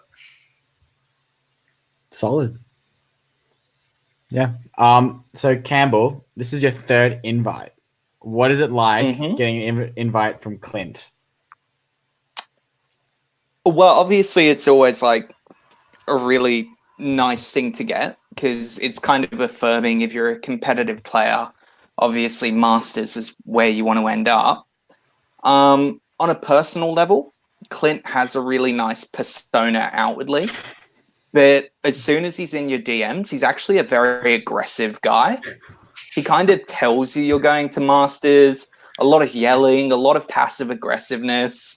So, I mean, that's really your first hurdle. I mean, if you can survive Clint's, I'm going to say it, bullying, then you're well on your way. It's like you get faced in front of a Jaguar, and then if you can handle the initial Jaguar, like you've got the courage to take on the Dave Kerrs of the world. Yeah, absolutely. Next to Dave is a really great player, but he's a very nice guy. Clint is just an aggressive human. That actually might answer. Yeah. Danny Carroll asked a question on Twitter, and he said, "Why do people drop out of Masters?" And that actually, I thought it might be, I've got family time, I can't travel, I don't have the money, I've got work events, but it sounds like that's the real answer. The answer is they cannot handle the cougar that is Clint. Yeah, no, I tried my best to actually throw Sydney GT because I just didn't want Clint messaging me again. He scares me. All right, well, I'm joking, Clint. I love you. Liam, let me ask you that question as well. You've attended Masters twice. Yeah. Like, what goes through your head when you get the invitation from Masters? What kind of filth can I write in like a month? Straight up. For when I get the invite, it's pretty cool. Like, I remember my first year. I remember this. I remember like, first year, it was pretty exciting because like it was pretty fresh, and we were like, and so Magro, Matt, and myself, we've all got invited, and yeah, it was pretty cool, and it was just kind of like being like, wow, this is like, I enjoy this game, and apparently I'm good at it. Like, apparently I actually know what I'm doing, and then getting invited for the second time was like, oh, okay, cool, like. This is also kind of helped when I lived up the road from it. So I'm like, cool. It's just another event for the weekend, just up the road. But to me, it's just cool to get that invite being like, hey, you have done well this year in this tournament season. Here's your invite to Masters. And yeah, and like, it's just cool to get that. And it just kind of makes all that hard work when you're playing the top tables and stuff kind of worth it. If that makes sense. Like, even though we have a great time at events, we're still trying to have fun, but like, you are trying to do your best in those games. Like, you're not trying to throw them away like Sydney GT Campbell, who's like trying to lose all his games but still somehow winning against Slanesh and stuff. But yeah, it's just a cool invite. Like, it's like a nice reward, and it's, for the past 2 seasons, it was like my goal to make Masters, like each time being like, yep, I'm going to Masters.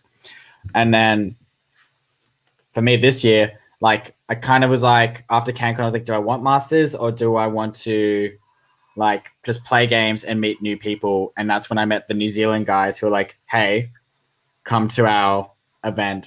And I was like, yeah, let's do that. And yeah, but it's just a cool invite. Like, I don't know.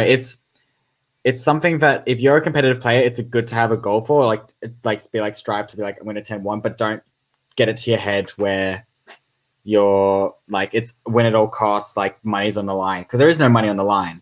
It's just like a mug. You are going there to get a mug. That is what you're going there for. Well, I mean, whatever Dave Kerr does in his real life, he hasn't quit it to be a professional Warhammer player and travel the world. He's certainly not sponsored by any big gaming company. So it's not like winning Masters is going to change your life like the lottery, but it's certainly a wonderful validation and a great reward for a competitive season. I know last year I'm buying Slanesh. When we can monetize tournament results, then I get a Slanesh army. I will also just point out Clint being very aggressive in the chat. Yeah, using triple commas against you, Matt. And threats, words like revenge. You see? Yeah, this is the Manfred coming out of him. Yeah.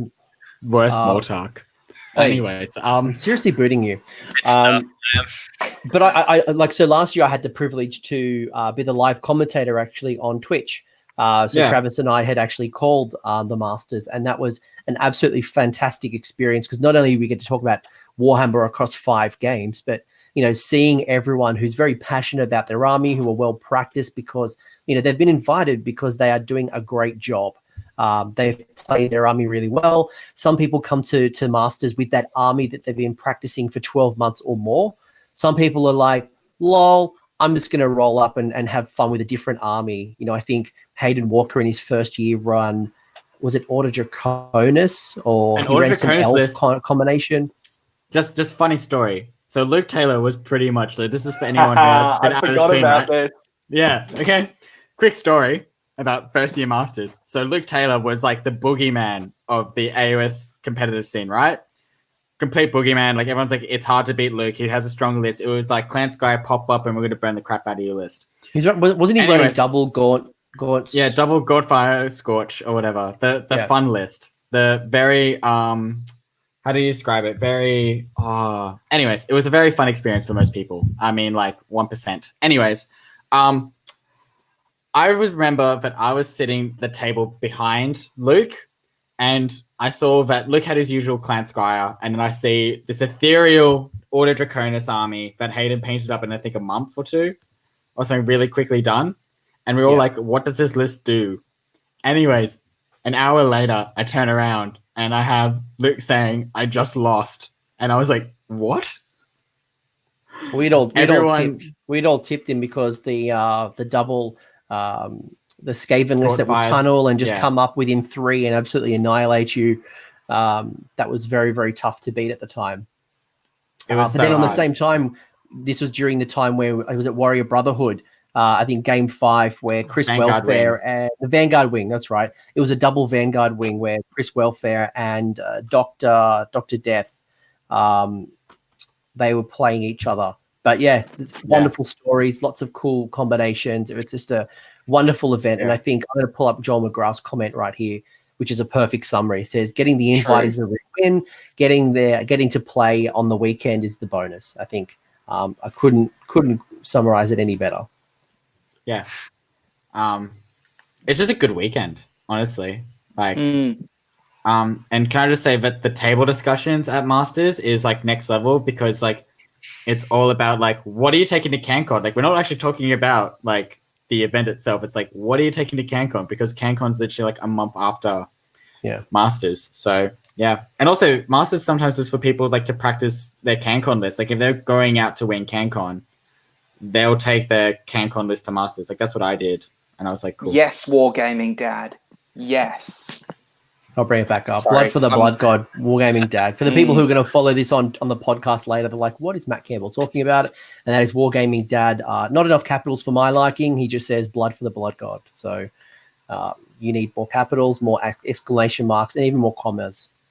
I need more capitals, more blood tithe. So let me ask. You go on. Go, Magro. Yeah. No, let him go. Look, I'm asking all the questions. You go. I thought you were going to keep talking about how the experience was with streaming. May you talk? Me. That was really cool. It was challenging. The setup we had was a little bit challenging. Only Travis could hear the audio from the table, so I was working off what I could see in my assumptions. But it was an awesome experience. Very, very cool to be a fly on the wall, to be at Masters but not playing in Masters. I think Liam, when we played in the first year, you're so in the zone to play, but you don't get the opportunity to just look at the cool armies, chat to the cool people. And it was always fascinating because you're trying to get updates. Poor Dennis, who was an assistant TO, I'm asking him constantly to get updates from the table because the chat was off the charts. The chat wants to know how their friend or how their horse in the race is going. And you're trying to get updates from the table while they're completely, in the zone playing. So overall, wonderful experience. Yeah. Because I played Tot last year on the feed, and we were aware that Travis could hear us and that the coach couldn't. And so all we were doing for about 30 minutes was swearing as viciously at our opponent as we possibly could to try and get Travis to corpse and react on the webcam. And he lasted a surprisingly long amount of time. It was hard to hear you guys as well, I'll be honest, but such a cool and Josh, the Failed Charge boys and girls, they put on a stream for Toowoomba GT. So I think the streaming concept is wonderful. If I got an invitation to stream again and be a part of that team, I'd absolutely do it in a heartbeat. It's such a cool experience. But either way, it's just a fun weekend. Whether in the first Masters that I attended, win, lose or draw. If I got 16 out of 16, I got 1 out of 16. I think just the invitation of being there was enough of a reward. Even if you get last, you're still the top 16 or whatever player in Australia or whatever. There's no easy games. There's absolutely no easy games at the Masters. But yeah, the next question is for both of you guys. What is the difference between, well, Matt, you can probably answer this better, but what is the difference between Masters compared to a regular event? Not helpful. Second names. Campbell, Actually, you can answer this better. No, I want to hear what Mayor has to say on this one. So, what do you expect is going to be different at the Masters versus a regular event? You know, and then I'd like Matt to with his insight and wisdom from 2 years of competition. I'd love to hear what he has to say. But Mayor, how do you compare the two? Look, I'm fully expecting to rock up to very hard opponents, very hard lists. 15 Slaanesh lists? I don't think they will. I don't think we're that community, to be honest. No, we'll just have 5. I think Joel McGrath's talking about. I think he is taking Slaanesh just from watching what he's been doing. No, really. But that's what he's been playing. So I don't hold that against him. I think why wouldn't he take that list if that's what he's been playing? But I don't know. Yeah, I don't know how many Slaanesh lists, to be honest. I think most of the top players don't even have Slaanesh, do they? Yeah, right. Like 3 or 4. I know Ryan Hooper, who's in the top, was running Slaanesh. And there's not Slaanesh shaming. It's just we're poking fun at the meta. Yeah, it's definitely. I'm poking fun. You guys can do whatever you want. Sweet, awesome. I definitely sort of writing a list at the moment that should hopefully help deal with Slaanesh to a certain degree. Just with trying to deny them depravity, so lots of 1 wound models, stuff like that. But I still haven't even really decided what army I'm taking. Is that wrong? I don't know. If the ogre book comes out and I really enjoy playing the ogres, you might even see me take them. So I've definitely got my death list very much similar to the list I took to Sydney GT, just with less points, obviously. But still with the same hard hitters, like the same Black Knights and Graveguard in that list. But yeah, if I enjoy playing ogres in the next week or two and I can pay enough stuff, they might come with me. But yeah, at the end of the day, I'm expecting it not to be easy. That's for sure. And yeah, if you win the first couple of games, it's definitely going to be a hard weekend. Like I know, just from keeping track of the local boys last year, I think Adam lost his first game to Jenna, and he knew he wasn't going to win the Masters, so then he just sort of enjoyed his weekend. Well, the pressure's off, right? Exactly, and I think Jesse might have won his first game, then lost his second, and once he'd lost as well, his mentality changed. So he was just there to have fun. So I guess if I was to win the first couple of games, it's going to be a very different experience to if I lost the first one and then you're playing against other people that have lost games and then you're just there to have fun and talk shit and all that. And Doom Darkness is saying take more tribes. He wants me to take. Yep. So Campbell, flip side. So you're someone who's been there for 2 years now. What's different? Yeah. Just quickly, I will make an addendum to Joel. It's worth mentioning he took Slaanesh last year when they were still really, really good, but not as good as they are now. So he gets a pass on it. Yeah. Everyone else just picking up on it. Little bit of judgment. Yeah, Joel's OG. He's an original gangster of Slaanesh. Yeah. Yes. But in general, I think one of the biggest changes you get is it's a more sort of intimate tournament.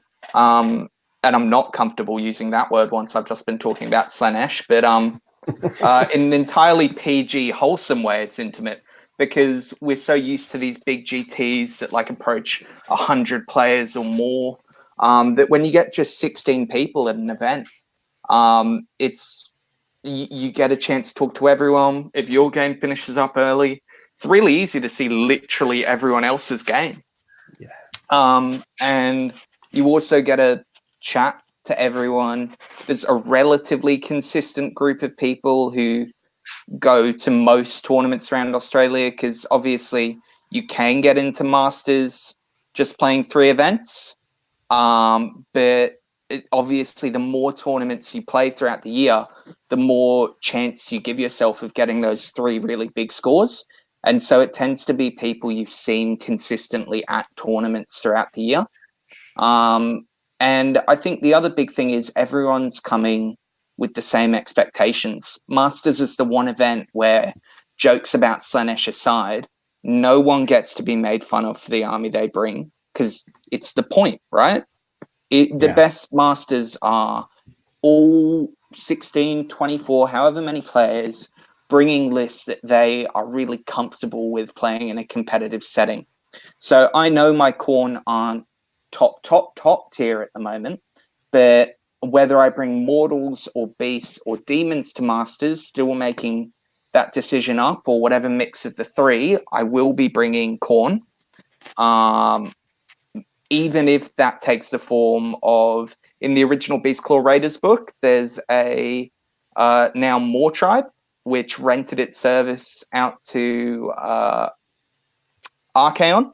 So I'm thinking all of my ogres may be getting Khorne symbols and some chaos bits added onto them to become Khorne ogres. So no matter what comes to Masters, I know it's not going to be that absolute top tier, but I'll bring something that I feel can play anyone and give anyone a game. Yeah, I think everyone's got the right expectation, right? Like, you're going in with a hard list, and if you're not going in with a hard list, you're going there for a good time. For sure. Sick. Next question. I'm just making space to make sure that you get to ask questions. That's all right. No, because I was just like waiting for you to be like saying some like long thing, and we're like, Margaret's going to say something now. But what I was going to say about like how different it is as well, like my experience is similar to what Matt said. Like, it's pretty much all the people that you've been like competing against all year, if that makes sense. So it's like kind of like a hangout at the same time. And like the fact that people travel, like the Bendigo guys driven like 10 plus hours to play last year because it was in Sydney, which is kind of cool. Like, and it's kind of like, it's the top 16. So it kind of reminds me of like a Games Cube, but it's 2 days. Like, you see your regular people, right? So anyone who doesn't know what I mean by Games Cube, it's like your local gaming store event. But yeah, it's just a very different atmosphere because like first round's I think best way to describe it is the first round's quite intense because everyone's like going for the win. And then as it goes on, it's only one section of the room that's really tense. If that makes sense. Yeah. Right, guys? Help me out here. Thank you. Yeah. No, I think that's just here. Okay. That's probably Everyone why else I had is just happy to be there. Nice people. Liam is really tense. Yeah, I needed more drinks. But yeah, so next question is, how do you prepare for a tournament where only the best of the best from Australia are invited? So like, how many practice games will you guys be doing? Or like, how many lists are you going to be writing? And like, how many times are you going to change your mind before Masters? That kind of actually goes up with what Charles Black asked in the chat or mentioned. It's important. Top tier is nowhere near as important with experience with the list at the level. Like knowing what your army can do. This is not like you can go out and pick a Fire Slayer list off the internet that Jack Armstrong ran and you just drop it at Masters and you're the best. Being robust and really testing your knowledge and your skill at this level is often critical for success at the Masters. But how do you guys prepare? Teach. I think it would be a mistake to do something like that because you're coming up against players who, say, take Joel for instance. Slanesh, absolutely a top tier army, and he's got experience at it. So am I really going to try and out Slanesh Joel, or am I going to take a Khorne army and go, I'm going to play to my strengths? It's something that I've played for the best part of 3 years. I know what everything does. I have contingency plans on contingency plans for everything. So I would recommend taking something that is good. No one rock up with a Wanderer's army they've just taken off squares, for instance. But it's much more important to be really up to date with your rules and your tactics and strategy in game with your army. So being really well practiced. I would say if you're looking at going to Masters and you're not already playing with at least the faction you're going to be taking, change your mind. Go back to what you know. Yeah. Sick. Yeah, I do. And by the way, I just want to call out Wargaming Dad, who's made a really cool comment. Is that it makes it better when you win with a B tier army, and that reminds me of Masters, the first year that I attended, where Dispossessed Dan was running his Dispossessed at Masters, and every victory was sweeter than if you had run a really strong combination that was popular at the time. So. But he was there for a good time and beers. He wasn't there to smash face and lose friends. That doesn't sound like Dan. Good time and beers. No. Sounds nothing like him. No. Like Clint, he's really aggressive and mean, I find. Maybe I'm the problem now that I come to say it. It might just be me. All right, you guys getting weird as we get later in the. I might. Liam, do you have any other questions before I throw into some of the listener questions that came up? Are you guys both excited for Masters? Like, is this like what you've been like waiting for, or is it just going to be like, okay, cool, it's just practice for me for CanCon? Like, are you guys like super excited, or what's the go? Yeah. No, I'm definitely excited. That was my goal for the year, so it's like, yeah, I'm definitely excited. And as I said before, it'd be good to just catch up with the people again that in our community that I know a lot of the people now in the top 16, and I know the people that'll be running the tournament. So yeah, I'm very excited for the weekend, and once I get my invite, I'll be saying I'll be going. So the invites happen. So this particular season, by the way, finishes tomorrow. So that if you are listening live, that is the 31st of October. On the Masters season technically wraps up. However, if you are listening to this and you are from Australia, there was an important announcement made today that talked about the changes in the Australian match play community, and that is that the new season is going to change. We're going to be moving to a ranking period that starts on the 1st of August, and that runs until the 31st of July. So to make that change, the next season is not shorter. It's actually longer. It actually goes for, I think, 20 months while we kind of change seasons. So really the next season we're entering is going to end on the 31st of July, 2021. So you've got lots and lots and lots of time to aspire to get into the Masters and to attend those events to build up your skills and knowledge for that next Masters event. So there's some other little changes that have happened, but yeah. What are your thoughts on the changes? Does that mean no Masters next year? Correct. Yeah. So this is the last Masters. There will be this period of I think it's 16 or 18 months, whatever it works out to be, and then the next Masters next Masters will happen in 2021. Yeah. Right. Wow. So Discuss. Campbell, what do you think? You've done Masters heats. What do you think of that season change? I think it is a better time of the year to play it. I think because November it gets congested, right? Because we just finished Sydney GT, it feels like. We've got Runax up this weekend. I've got Masters at the end of the month. I'm not able to go to Castle Assault up in Newcastle like I really would have liked, just because you just run out of girlfriend points, right? Like, there's no way you can keep that relationship going past November at this current rate. So, yeah, I think the change in year is positive. I think it's probably the right decision to just not have one next year, because 18 to 20 months is better than like 6 months in terms of a difference there. What I would say is I think for that Masters, you're going to be looking at about 270 to 280 points needed to get you in, I think, because you've just got so many tournaments. We're talking, two CanCons, 2 SAGTs, 2 Sydney Slaughters, all 2 of Sydney these GTs, 2 and like 6 Briz Hammers. Well, we wouldn't get one Sydney GT. 2 Sydney We're still teaching Liam. No, you only get one. You only get one. I only get 1 Sydney GT, yeah. But you're right. The challenge will be, especially with CanCon, with so many points available, is that there will be 2 CanCons. So if you do well at CanCon this year, next year, and the year after, that's really 2 of your 3 spots. So you just need to perform really well.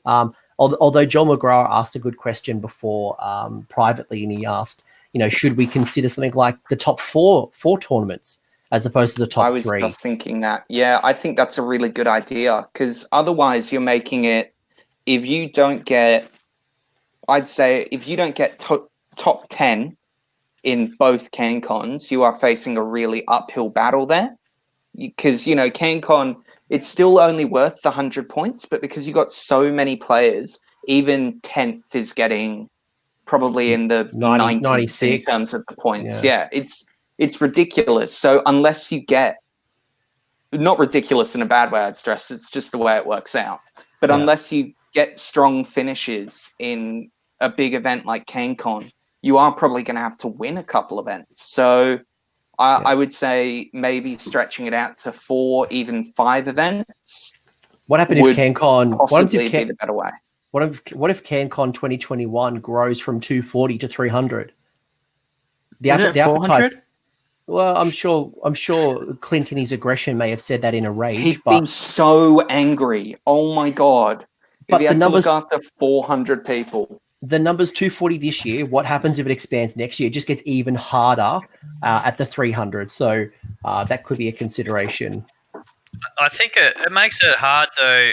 I guess next year's an anomaly. You've got 18 months, 20 months, whatever it is. But in a normal season, saying 4 or more games, it does make it hard. Like for people like myself that might only be able to get to 3 because we've got to travel pretty much to every single tournament, and it's not just a hour's drive down the road sort of travel. It's a flight, or it's a whole day, and then you're paying for accommodation. Like it can end up being quite hard to get to those extra tournaments. I don't know. I don't mind the 4 for maybe next year, but I thought maybe in a normal year for 3.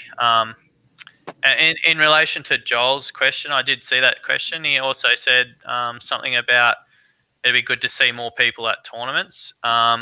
So maybe if they added in a cause into the top 4, for example, maybe 2 or 3 of those top 4 can't be your local tournaments, maybe, just to get people traveling a bit more. So like people say from Brisbane that they can play in 6 or whatever tournaments in a year just because they're all within an hour's drive. Maybe only allow them to get 1 tournament, ranking from one of those tournaments, and then the other 3 from traveling. I don't know how you police it or how you sort of work it out. But yeah, do you know what I mean? Like if you're making. We had Clint and Gabe on this show about 5 months ago, and we're talking about the gangbuster community that is Queensland, and they had they've had a number of Hammers, which are around that 50 mark, 30 to 50 mark. They've had BrizCon, which was at 100. They had Toowoomba GT not long ago, so they've got a lot. They've got a really strong community up in Queensland, and often it's only about an hour's drive between venues. While for someone like yourself, Mayor, you've got a considerable 5 to 7 hour travel to get to some of these larger events. So potentially a question that the Masters Committee can ask themselves around how they find quote unquote balance. But I do want to call out Corey's point, which is a really interesting one, is that the new Masters season now aligns with the General's Handbook. So it's not like we're playing mid-season with General's Handbook. So with Masters being in like November, December, you've kind of had half a season with the old book, half a season with the new book. With this new alignment, Corey, you've nailed it on the head. From a meta perspective, we are really ending around the new General's Handbook, and the new season kicks off with the new book. So everyone's kind of quote unquote aligned. So interesting observation. Yeah, like my view on it is I'm glad that it aligns with the GHB, because like when the GHB comes out, it's like a refresh, if that makes sense. Yeah. And yeah, like I've kind of been thinking about this for a while with Masters, because like it is in a weird time where it's like mid through our new GHB where points have just changed and we don't get new points till like a month after now. kind of thing. So like kind of like with the Masters being like refreshed, and probably will use like the pass points. Like we won't use the new GHB points, but like the pass points kind of thing. It'll be interesting to see what they do with it when it comes to it, because I'm pretty sure I think the UK do their Masters mid-year. No. The UK is around the same time. Okay. No, they have a breakout Masters as well, which is a little bit different. But okay. They're traditional. So the UK ranking system is under Bad Dice, the Ben Curry's website. But I believe there's a breakout tournament that's happened. But yeah, I'm happy with the move. Top 4 thing I kind of get for that season, but then every season after that needs to be top 3 points. Yeah, definitely shift back. But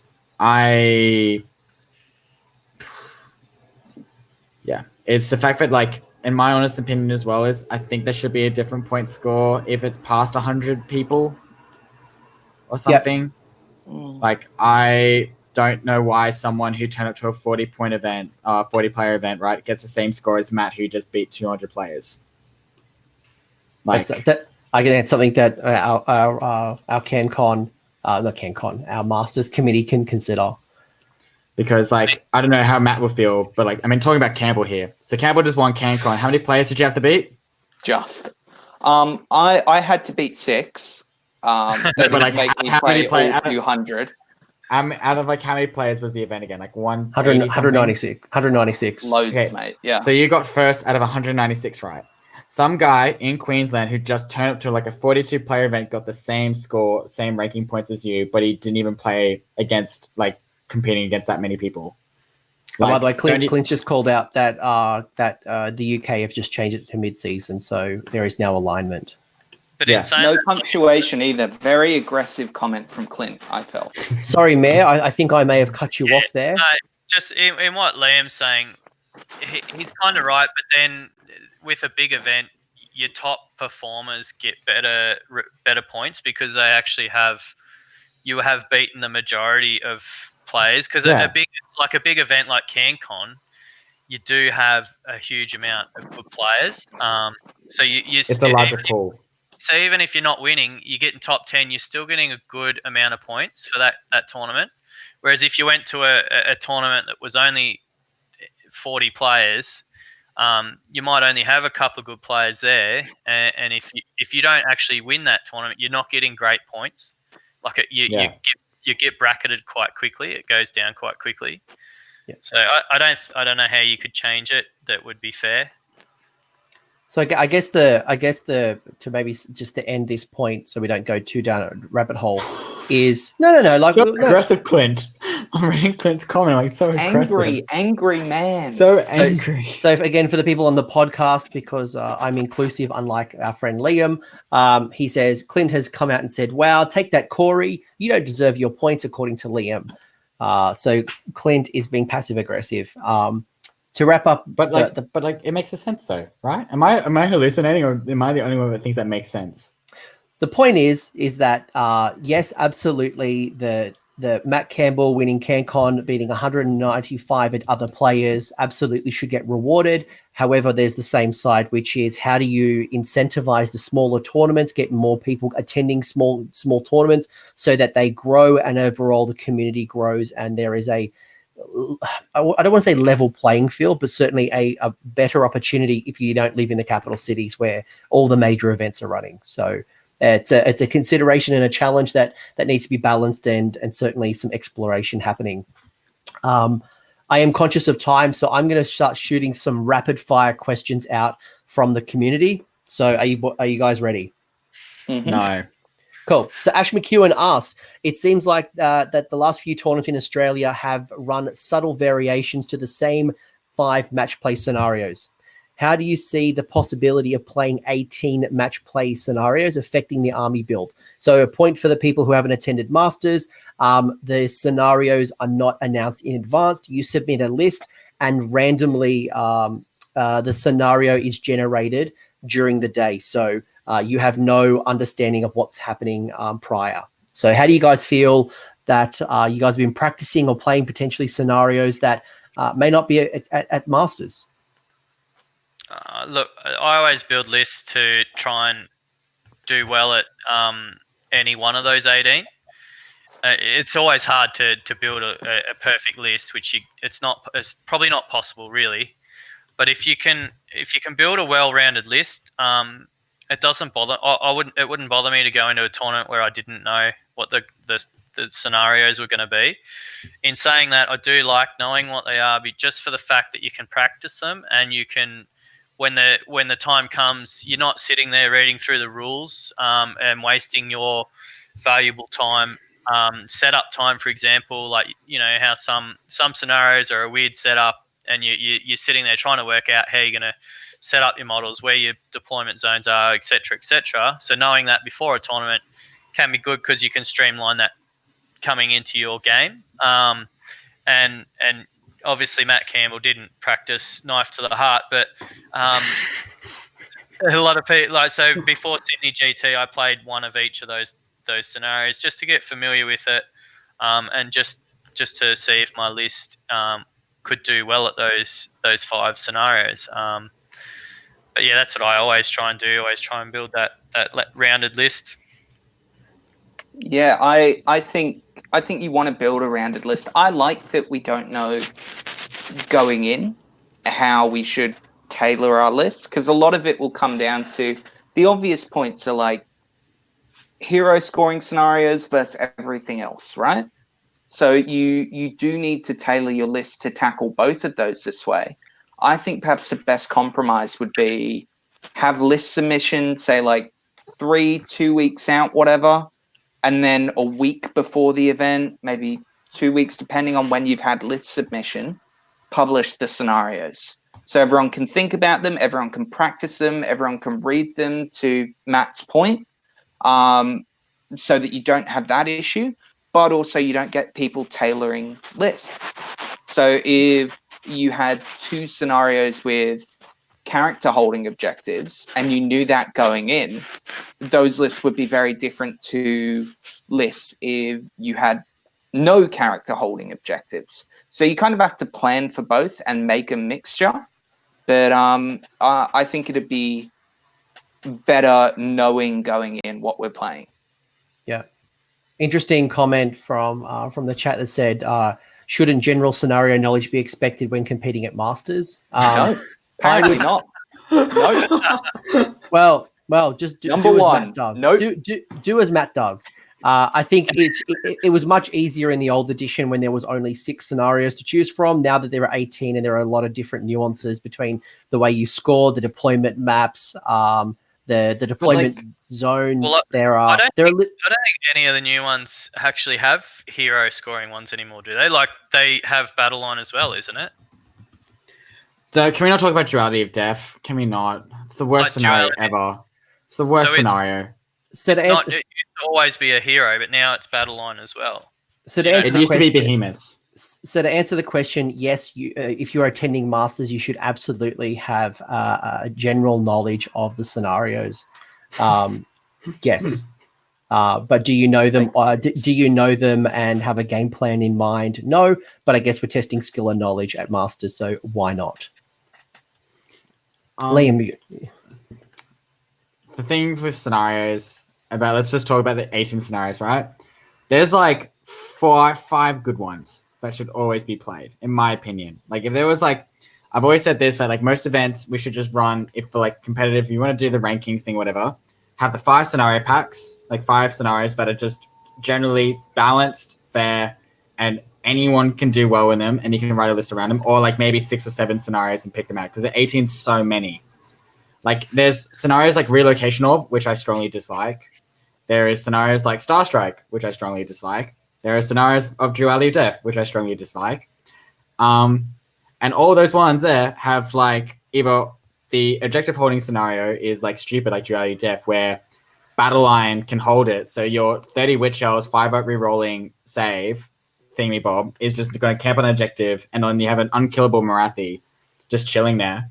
Like, if you have that list, right, or like a similar list to that where it's like unkillable heroes and stuff, or Battle Line, you just plop an objective and you're apparently like considered a skill general, right? So I think for the 18 scenarios, just cull it down to like 6 or 7 good ones where like every army can compete, even like the off-meta ones, since we just did an episode about being off-meta or F the meta, and just change it like that. That's my opinion on the 18 scenarios. Cool. So right now, as it's gone, I like a bit of variety. I think I like the variety, but counter to that, do we all remember Sydney Slaughter a couple years back where we had that scenario where you had to fight the Stormfront back and forth? Mm-hmm. Can we not talk about that basically scenario? a roll-off? I reckon we play that 5 times. No. No. Hell no. Hell no. All right.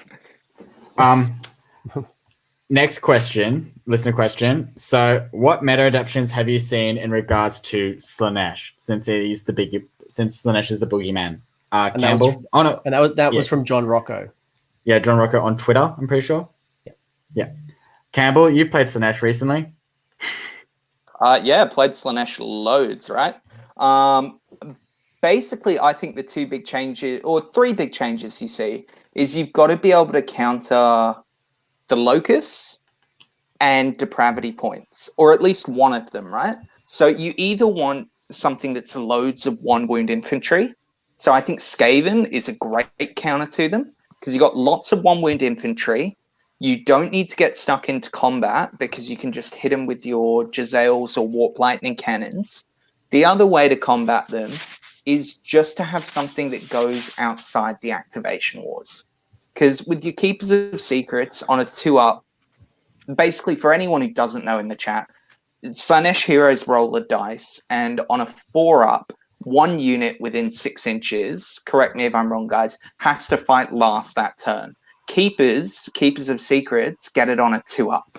So that's why you see so much complaints about going into their army, because you see loads of character-heavy lists with depravity points anyway, forcing you to go last. So my example, the one that I use, is I use the Bloodthirster of Unfettered Fury a lot. He would never leave my list at the moment with the Activation Wars, because he allows demon units to pile in 6. And nothing within Slaanesh allows them to pile in more than 3 inches. So rather than charging Slaanesh and getting within half an inch and allowing them to take that roll off, I will go 3.1 away from them. Sure, they can make me attack last, but they can't hit me until I attack regardless. So really it's ways that you can find, whether it be shooting, playing around with that locus, or limiting the depravity points. These are all things that generally are going to help you in the current meta anyway. So they're things people should be taking into consideration, especially with an event like Masters, where you probably would expect to be seeing quite a few Slaanesh lists. Yep. And there's a very good chance you might see a Go track. There's a very good chance that you might see some of the new battle tomes. So even though you haven't played against an Ironjawz army since the new book, or a Cities of Sigmar, there's a very good chance that you need to prepare for the meta. And Slaanesh certainly is one of those. Mayor, anything else from yourself?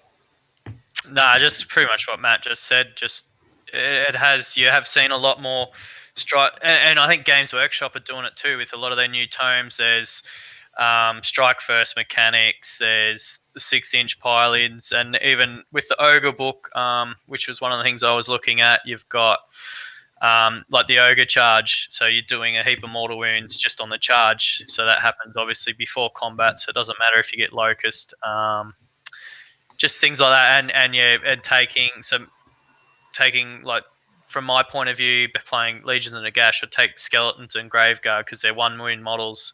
Doesn't matter how many your opponent kills, they're not getting any depravity from it. So, yeah, pretty much same as what Matt was saying too, yeah.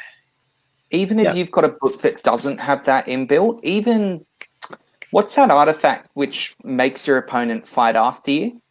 I think it's once per game now. Doppelganger. Doppelganger Cloak. Even something like sticking that on something like a Mega Boss or just a fighty character in general will just let you kill that Keeper of Secrets, right? Yeah. And yeah, they may take multiples and that might give them a bit of depravity, but it's a get out of jail free card for one of your heroes, right?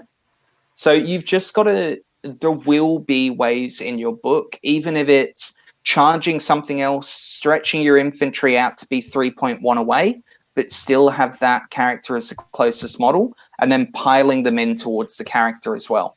You've just got to think about ways like that you can get around that locus, because at the moment it's a problem for some people, but that's what the meta does. It just shifts the goalposts in the game, and the good players react to that. Yep, and there's been some good examples recently where people have hired the marauders from the mercenary company. So if you're an army that struggles with bodies and chaff, there is cheap battle line, or not battle line, but cheap bodies that you can tap into from the mercenaries, and just think differently. Or the skeletons with the necromancer. So just think a little bit differently to, or even the cannons, shoot them off. Yep. One thing, because I remember Tristan on the last show heard what I did against Strike First stuff, and I kind of got it on a share screen here. If I can just get it to share. Here we go. So something against like Sinesh, this is something that I drew up for him to explain to him. So like, here's your Strike First. Let's say this is your Keeper of Secrets, right? Your opponent's Keeper of Secrets or Feck or whatever, like shenanigans thing.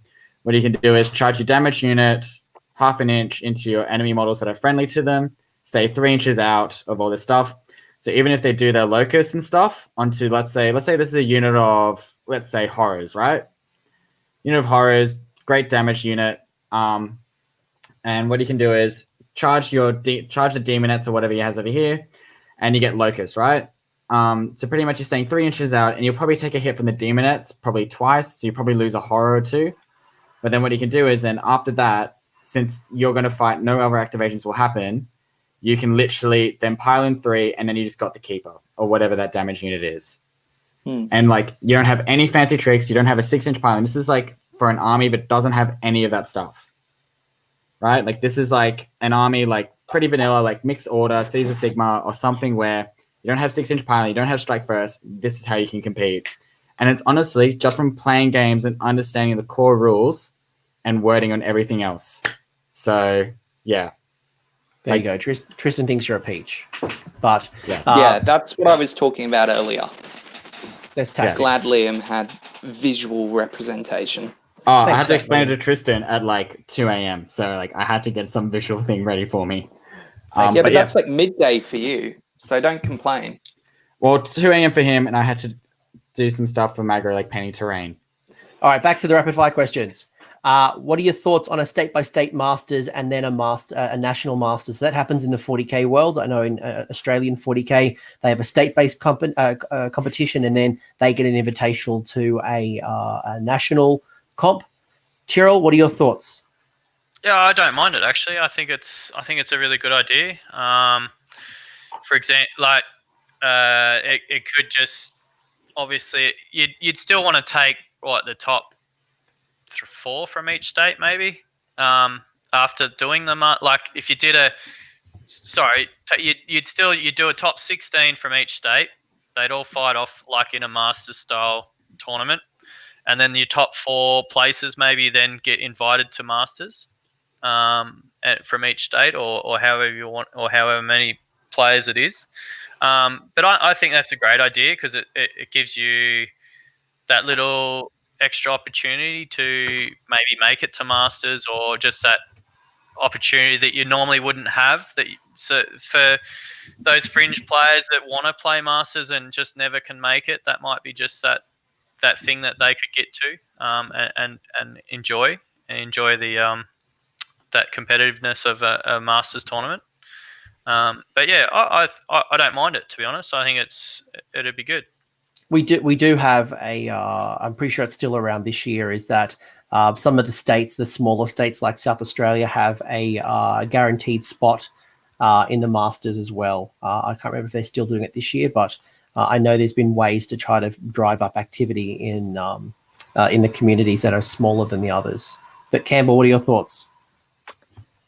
I kind of disagree with it in principle. I like the idea that the smaller states are encouraged to be represented, but I certainly think the idea that you have, 4 people from each state represented, it doesn't really work, because some states just don't have the AoS scene that others do. Queensland New South Wales and Victoria, I think without question, have the biggest scenes in whatever order you want to place them. So maybe an idea where, they get 4 or 5 spots each, and then, I don't know, South Australia gets a couple, ACT gets, 1, 2? Yeah. And then Tassie gets 1. Do they have Warhammer in Tassie? Yeah, Randy's our token Tassie. Randy guaranteed gets into Masters. That'd be awesome. That'd be awesome. But yeah, I think that's a good idea, man. Yeah. But by the way, Doom's just clarified that that was last year. It's not in this year. So there's no guaranteed spots for our some of the smaller communities. Cool. Yeah, so maybe it's something to look at reinstating. But my only other thing would be some states are really big, right? So living in Sydney, I'd be pretty much guaranteed that any regional masters or state masters is going to be in Sydney for me. So it's not a big deal. But if you are opening up to people from Perth and you've got from WA, and you've got that held at Perth, and you live at the top of the country, at the top of WA, making that trip all the way down, and then having to go all the way to Masters, as well as having been to your 3 tournaments, which you probably had to travel for as well, that could be a lot to go into, especially if, you don't have the time off work, or you don't necessarily have the disposable income to travel that much for the hobby. My thing would maybe just be trying to limit the paywall as much as possible. So that would be the only other thing. We spoke earlier about maybe having to travel interstate for tournaments. My only thing would be, I like the idea in principle, but I don't like the idea with such an expensive hobby already to put an additional paywall behind it. So some of those Queenslanders, who go to their local events all the time, that's great that they have that scene there. That's awesome. And I completely get why you want people to travel around the country, because it's great. But the additional costs and time off, I think, would be the one reason I would maybe bulk at the whole additional regional masters, especially if it's close to the actual thing. By the way, Matt, can you hold your mic up for future? It's like scratching your shirt. Yeah, thank you, buddy. Cool. I'll ask the next question and then I'll throw it over to Liam. So Warsoren had asked, what were the least popular armies you've seen in the Australian community and why? He recognises that Slaves to Darkness, he doesn't believe is currently competitive, but he's curious to see what type of armies are least represented in our meta. I think Slaves to Darkness would be number 1, or one of.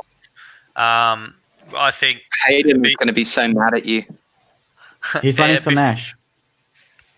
Obviously, Ogres and Beastclaw, they have been at. You do see them at tournaments, but very, very low numbers. I don't know. Maybe a lot of your cities of Sigmar sort of armies previous to the book you weren't seeing. Just a lot of armies that don't have a newer book, I think, are the ones that you don't often see at tournaments as much. Yeah, your Seraphon, your Disciples of Zench, your Beasts of Chaos probably haven't really seen a pickup. Yeah. There was a few getting around though, the Beasts of Chaos, but I think they've died off again now. There was a bit of a period there after the book came out, but yeah, I think that pretty much covers most of what I can think of. I think a lot of them are going to fall under the Cities of Sigmar banner. So things like, Scourge Privateers and stuff. People are already coming out with lists for that because of Cities of Sigmar. You can expand it. I think we will see a lot more of these smaller, less represented factions start popping up more and more, which is cool because we'll see a bit more potential competition for the badge in the Masters rankings. Yeah, Cities of Sigmar, I can imagine, is going to be super competitive. No, it won't be able to be mine. So confident. Fine, I claim it. By the way, I think, correct me if I'm wrong, but I think Fire Slayers hasn't really seen the pickup either in Australia. I think a few people have picked it up, but it doesn't seem like a popular. Because you need a mortgage to get it. You really do. Yeah, Mayor, good point. KO has definitely seen a drop off. Although Danny Carroll, I know he's picked it up. Dispossessed. I don't think I've seen them since CanCon. I've seen two of them, but yeah, they're not far around. Interestingly, Sylvaneth too. Big drop off recently. None at Sydney GT, which was shocking. Only the buy buster, which was Liam. So yeah, there was no Sylvaneth, and even Runax is like almost none. It's like 3 or something out of 100 odd players. Yeah. Yeah, I reckon there's some like the other thing as well is like where we'll see there's like another drop of armies like Nighthaunt. We don't really see much. You just see them in legions of Nagash. But like what is it? Can I just say Gloomspite Gets had a huge rise early this year, and then now they've dropped off as well. Yeah. Like I think a lot of people got sick of painting the 180 grots you needed to paint. Another thing as well, like other armies that we just don't really get to see much, is pure Slaves of Darkness Allegiance, even though we do see them in like K and like Nurgle or Slanesh. What else is there? Nurgle's kind of dropped off as well. Nurgle's dropped off, but I reckon they're going to come back very soon. In my like with the current like way with objectives and stuff, Nurgle just has the tools to deal with it. If that makes sense. I think Nurgle's great because the meta now is the majority armies pump out mortal wounds, and that's how they win. So Nurgle negates so many mortal wounds that I think they can be quite competitive if you can build the right list. I think they're really good. They were one of the last books to come up before the whole Holy Within thing came in. So utilizing that stuff like the Harbinger buff and stuff like that, and stretching out to the run and charge, all of that stuff is really, really strong. Blight Kings are still crazy cheap for what they are. I think it's a lot of the underrepresentation from them towards the top of the tournament scene has been things like people who traditionally champion them, like Gemma and Chris Tott were probably two of our biggest Nurgle players in Australia. I think, Chris Tott doesn't get to as many as he likes. Well, they both recorded the faction focus for me. They were my top tier Nurgle players at the start of the year. Yeah, rightly so. They're great. And Gemma's jumped to Feck. She's been running Feck for a long time now. So, but yeah, like for underrepresentation, there's quite a lot of armies, but I think they're all going to be going under some banners soon because GW is streamlining all the books and stuff, which is good to see. But yeah. Next question is from Craig Anderson, who says, how well are each of the states, including New Zealand, represented? Should some of the less popular ones get a bit of a handicap? So I'm guessing he's asking if you're from Victoria or South Australia kind of thing, should you be handicapped for being there in points wise? Is that what he's trying to ask, Magro? He's basically asking, should we get a leg up if you're from Tasmania? So this is I don't think Victoria got a pretty big AoS community. They got a big AoS community, but they don't have as many events as let's say Brisbane, right? Brisbane has about 8 a year now or something. More than that, probably. Like, let's say 10. So out of 12 months, they get 10 events. So there's like 1 or 2 months of quietness, and I'm guessing that's like December and stuff. But like Victoria have like 3 and 2 of them are like 1-dayers by Smorgacon or whatever. So, and then South Australia had like Saggy T, and I don't know about the other events, but they've got a couple of 1-dayers. But yeah. But so long story short, I think Bendigo do 2 GTs a year, so yeah. So the other question that Craig, go on. I would say I don't think you would want to sort of handicap it any more than I like the system where you offer 1 spot to 8. if they've got a player who wants to take it and is good enough to take it, then I think that's cool. But I think part of what makes Masters great is you are taking the 16 or 24 best players. Like, that's the idea, and I would like to keep it as close to that as possible.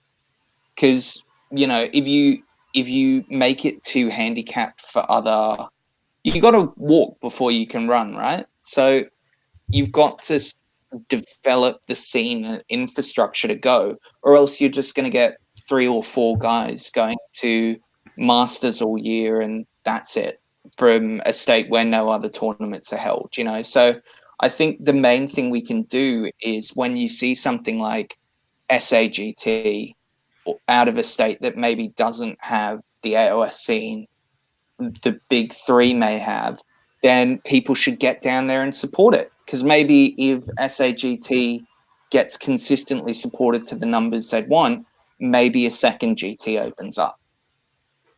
Yeah, I think the handicap also is already there, that you only need 3 tournaments. So for people in a small community, they can do that. They only have to travel that 3 times, and it makes it easier for them as well.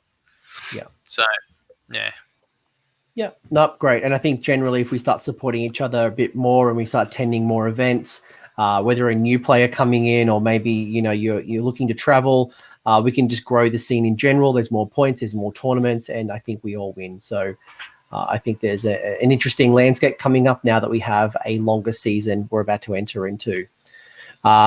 Couple of rapid fire questions. One from Craig Anderson: should we combine Australia and New Zealand's Masters system or the ranking system?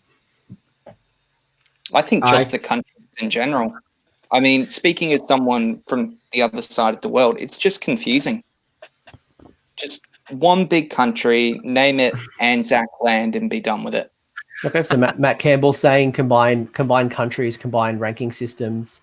Mayor, I don't see a problem with it. They're obviously traveling over here now for CanCon, and then they came over Sydney GT, and they both, I think they did well at both tournaments. So I don't see a problem with it. Like, I don't think, from what I've seen from them coming here, I don't think they've got a shitty community over there, like of players. Not like the Australian dollar and New Zealand dollar, how it's always less. I don't think their players are like that.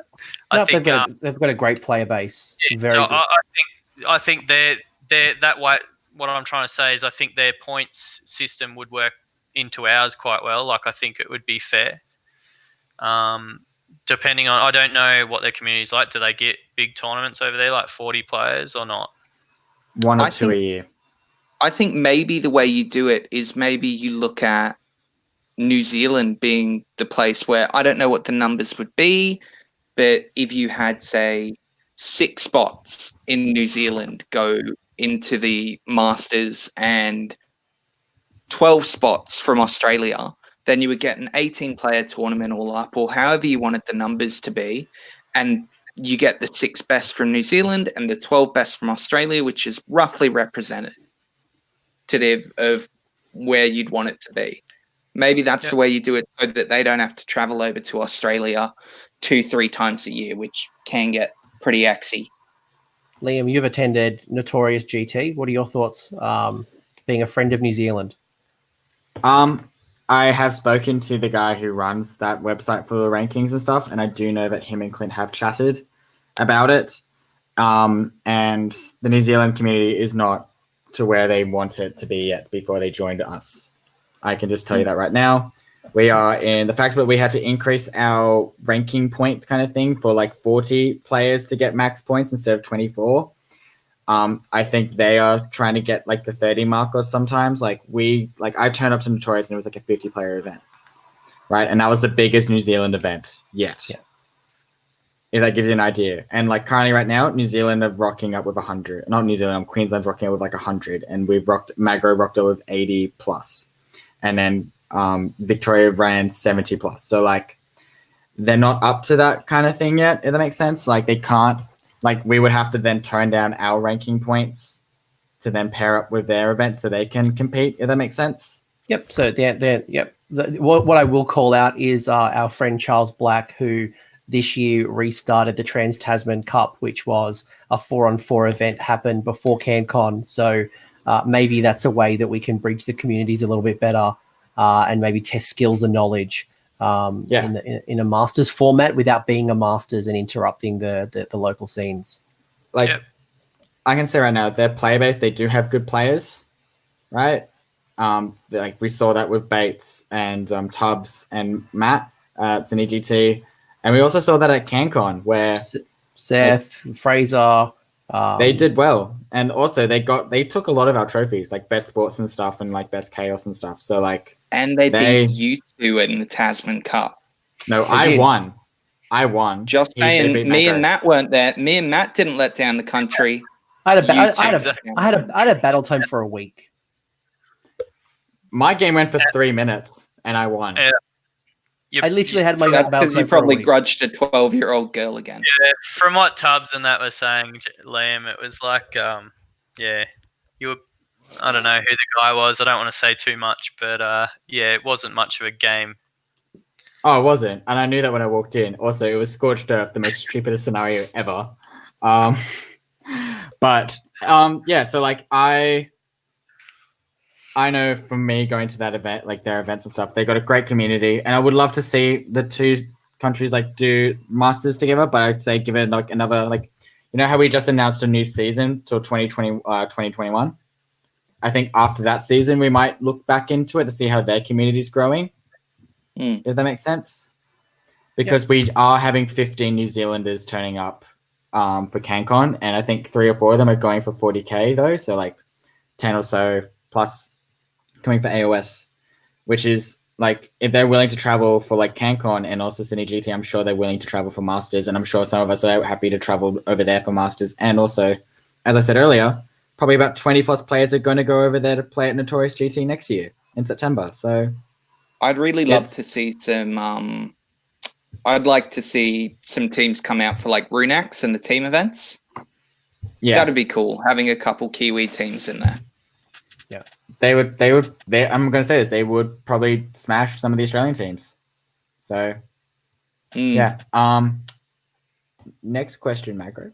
All right, a couple more rapid fire questions. I think we're at the end of our tether. Adam Burt, the winner of CanCon 2018. I'd be rude if I didn't. I'd be rude if I didn't actually announce that his formal title. It's on his business card. He's actually got it tattooed on his tramp stamp area. But Adam Burt has asked, do you think Matt Tyrrell would do as well as Matt Campbell if he had the extra T in his name?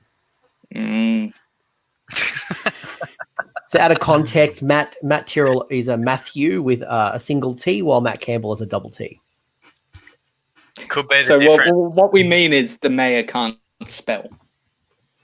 Well, the mayor's parents, or maybe the mayor or his wife. I don't know. That's true. Yeah, I'm just insulting your whole family. I've now been banished from Dubbo. Well, maybe I need to get a name change. Maybe that's all it is. Second T, wide it out on the birth certificate. You'll be right. Do either of you gentlemen have experience with the ITC or the Swedish comp system? Cool, I'll skip that question. Mark Wolf asks, where have all the beasts of chaos gone? We just talked about that before, I guess. Yeah, they just aren't really a thing. Some that might be coming.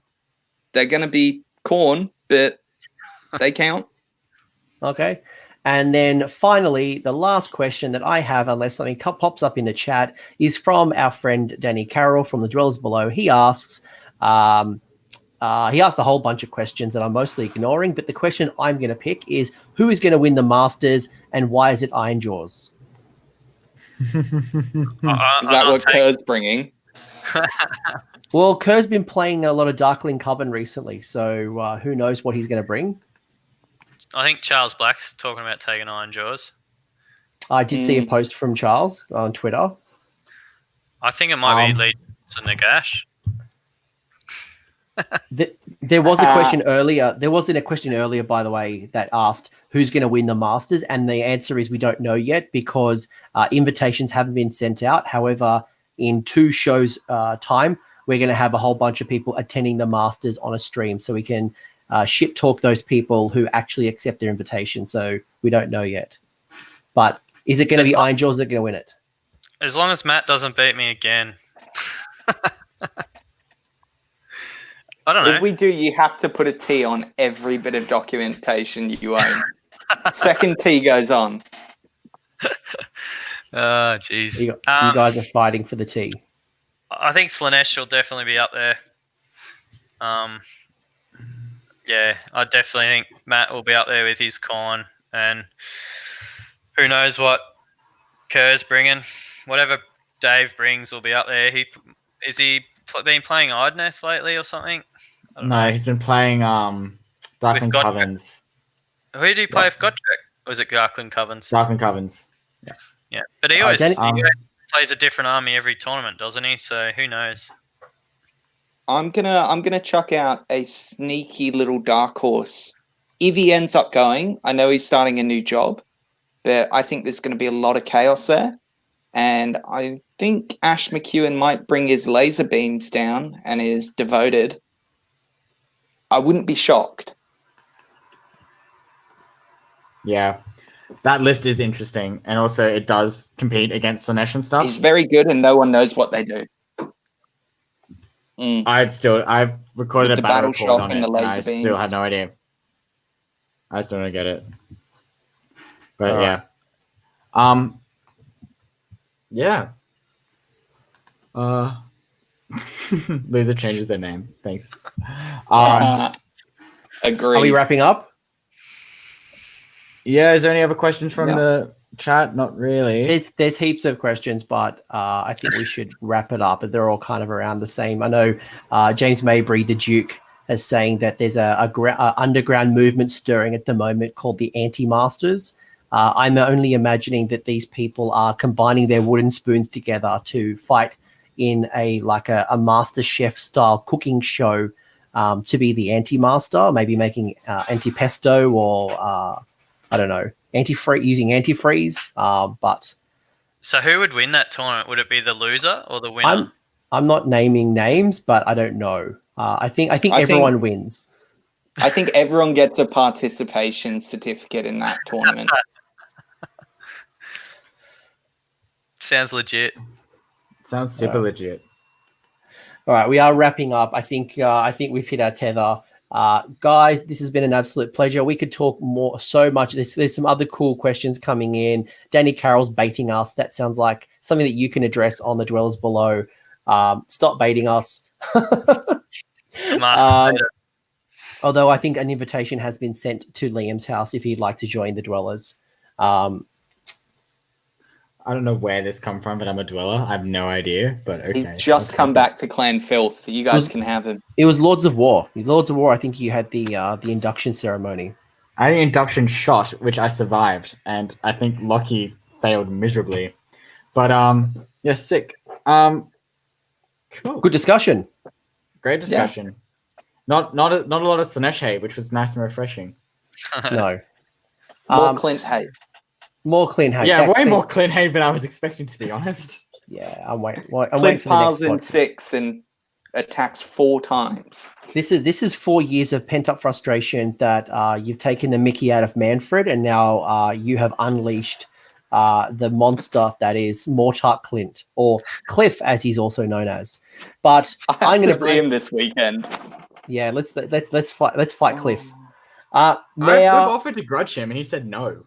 The team lead declined, so I'm not going to name names. But Maya, if people want to chat to you, where can they find you on the internet? They want to learn about what you're going to do at Masters, and they want to keep a track of your journey.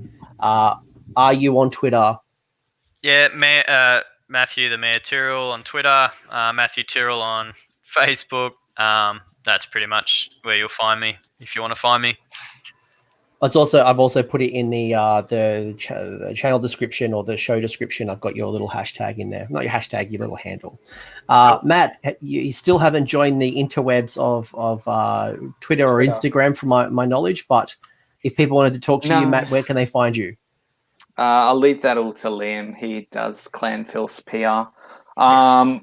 You can find me on Facebook, mostly on the interwebs. So either direct message, the Sydney group, the Corn Facebook group. I'm on a couple other armies, ones that I lurk on, but any of those, shoot me a message or tag me in something and I'll try and reply. Very cool. And Liam, if people want to talk to you because they haven't had enough Shadowhammer. Thanks, man. I'm currently heavily involved in the Bone Reaper group now, just chatting along, trolling people. It's been great. Being friendly at the same time. The Sydney page is always why I'm at Age of Sigmar Sydney. Twitter, Shadowhammer_. And yeah, and then on YouTube and stuff, which is good. And then also you can Shadowhammer before you. Some rock band. Like, trust me, like some rock band in New York or something. Like, not even kidding. Someone got it, and I was like triggered. But at least I don't have to do what like Chris does, which is like wounded mortally, which doesn't make sense to me still. But yeah, so someone beat me to it. But yeah, cool. That's where you can find me, and I'll just be talking about Bone Reapers for the next like 3 or 4 months, which is great. Which is a nice little segue that the Mayor and Liam will be doing faction focus in about 2 or 3 weeks' time on our Bone Daddies when the FAQ drops. I'm also in the process of organising the Cities of Sigmar. Hopefully, we'll secure Dispossessed Dan and Elf Bro himself to do the faction focus on the Cities of Sigmar. And as I mentioned earlier, Movember is literally around the corner. This beard will be coming off, and I'll be raising money on behalf of Men's Health. So if you want to donate, you want to keep a track of my progress, follow me on Twitter at Anthony Magro, and you can see all of the disgusting mustache tracking, or you can... Oh, I love your mo.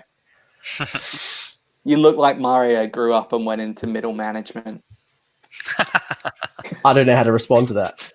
Corporate Mario or like Dr. Mario maybe? But he didn't complete uni. Also, Manfred's good. Manfred is not. Manfred is great. Sucks. All right, I'm just gonna. He's the worst. I just muted Liam. That's awesome. All right, guys. All right, guys. You guys are so mean to me. All right, thanks very much again. I hope you enjoyed the show. Make sure to like, comment, share it if it's something that you enjoyed. If you're on Facebook and you watched the live stream on Facebook for the first time, let us know how you found the experience, because this was the first time for us.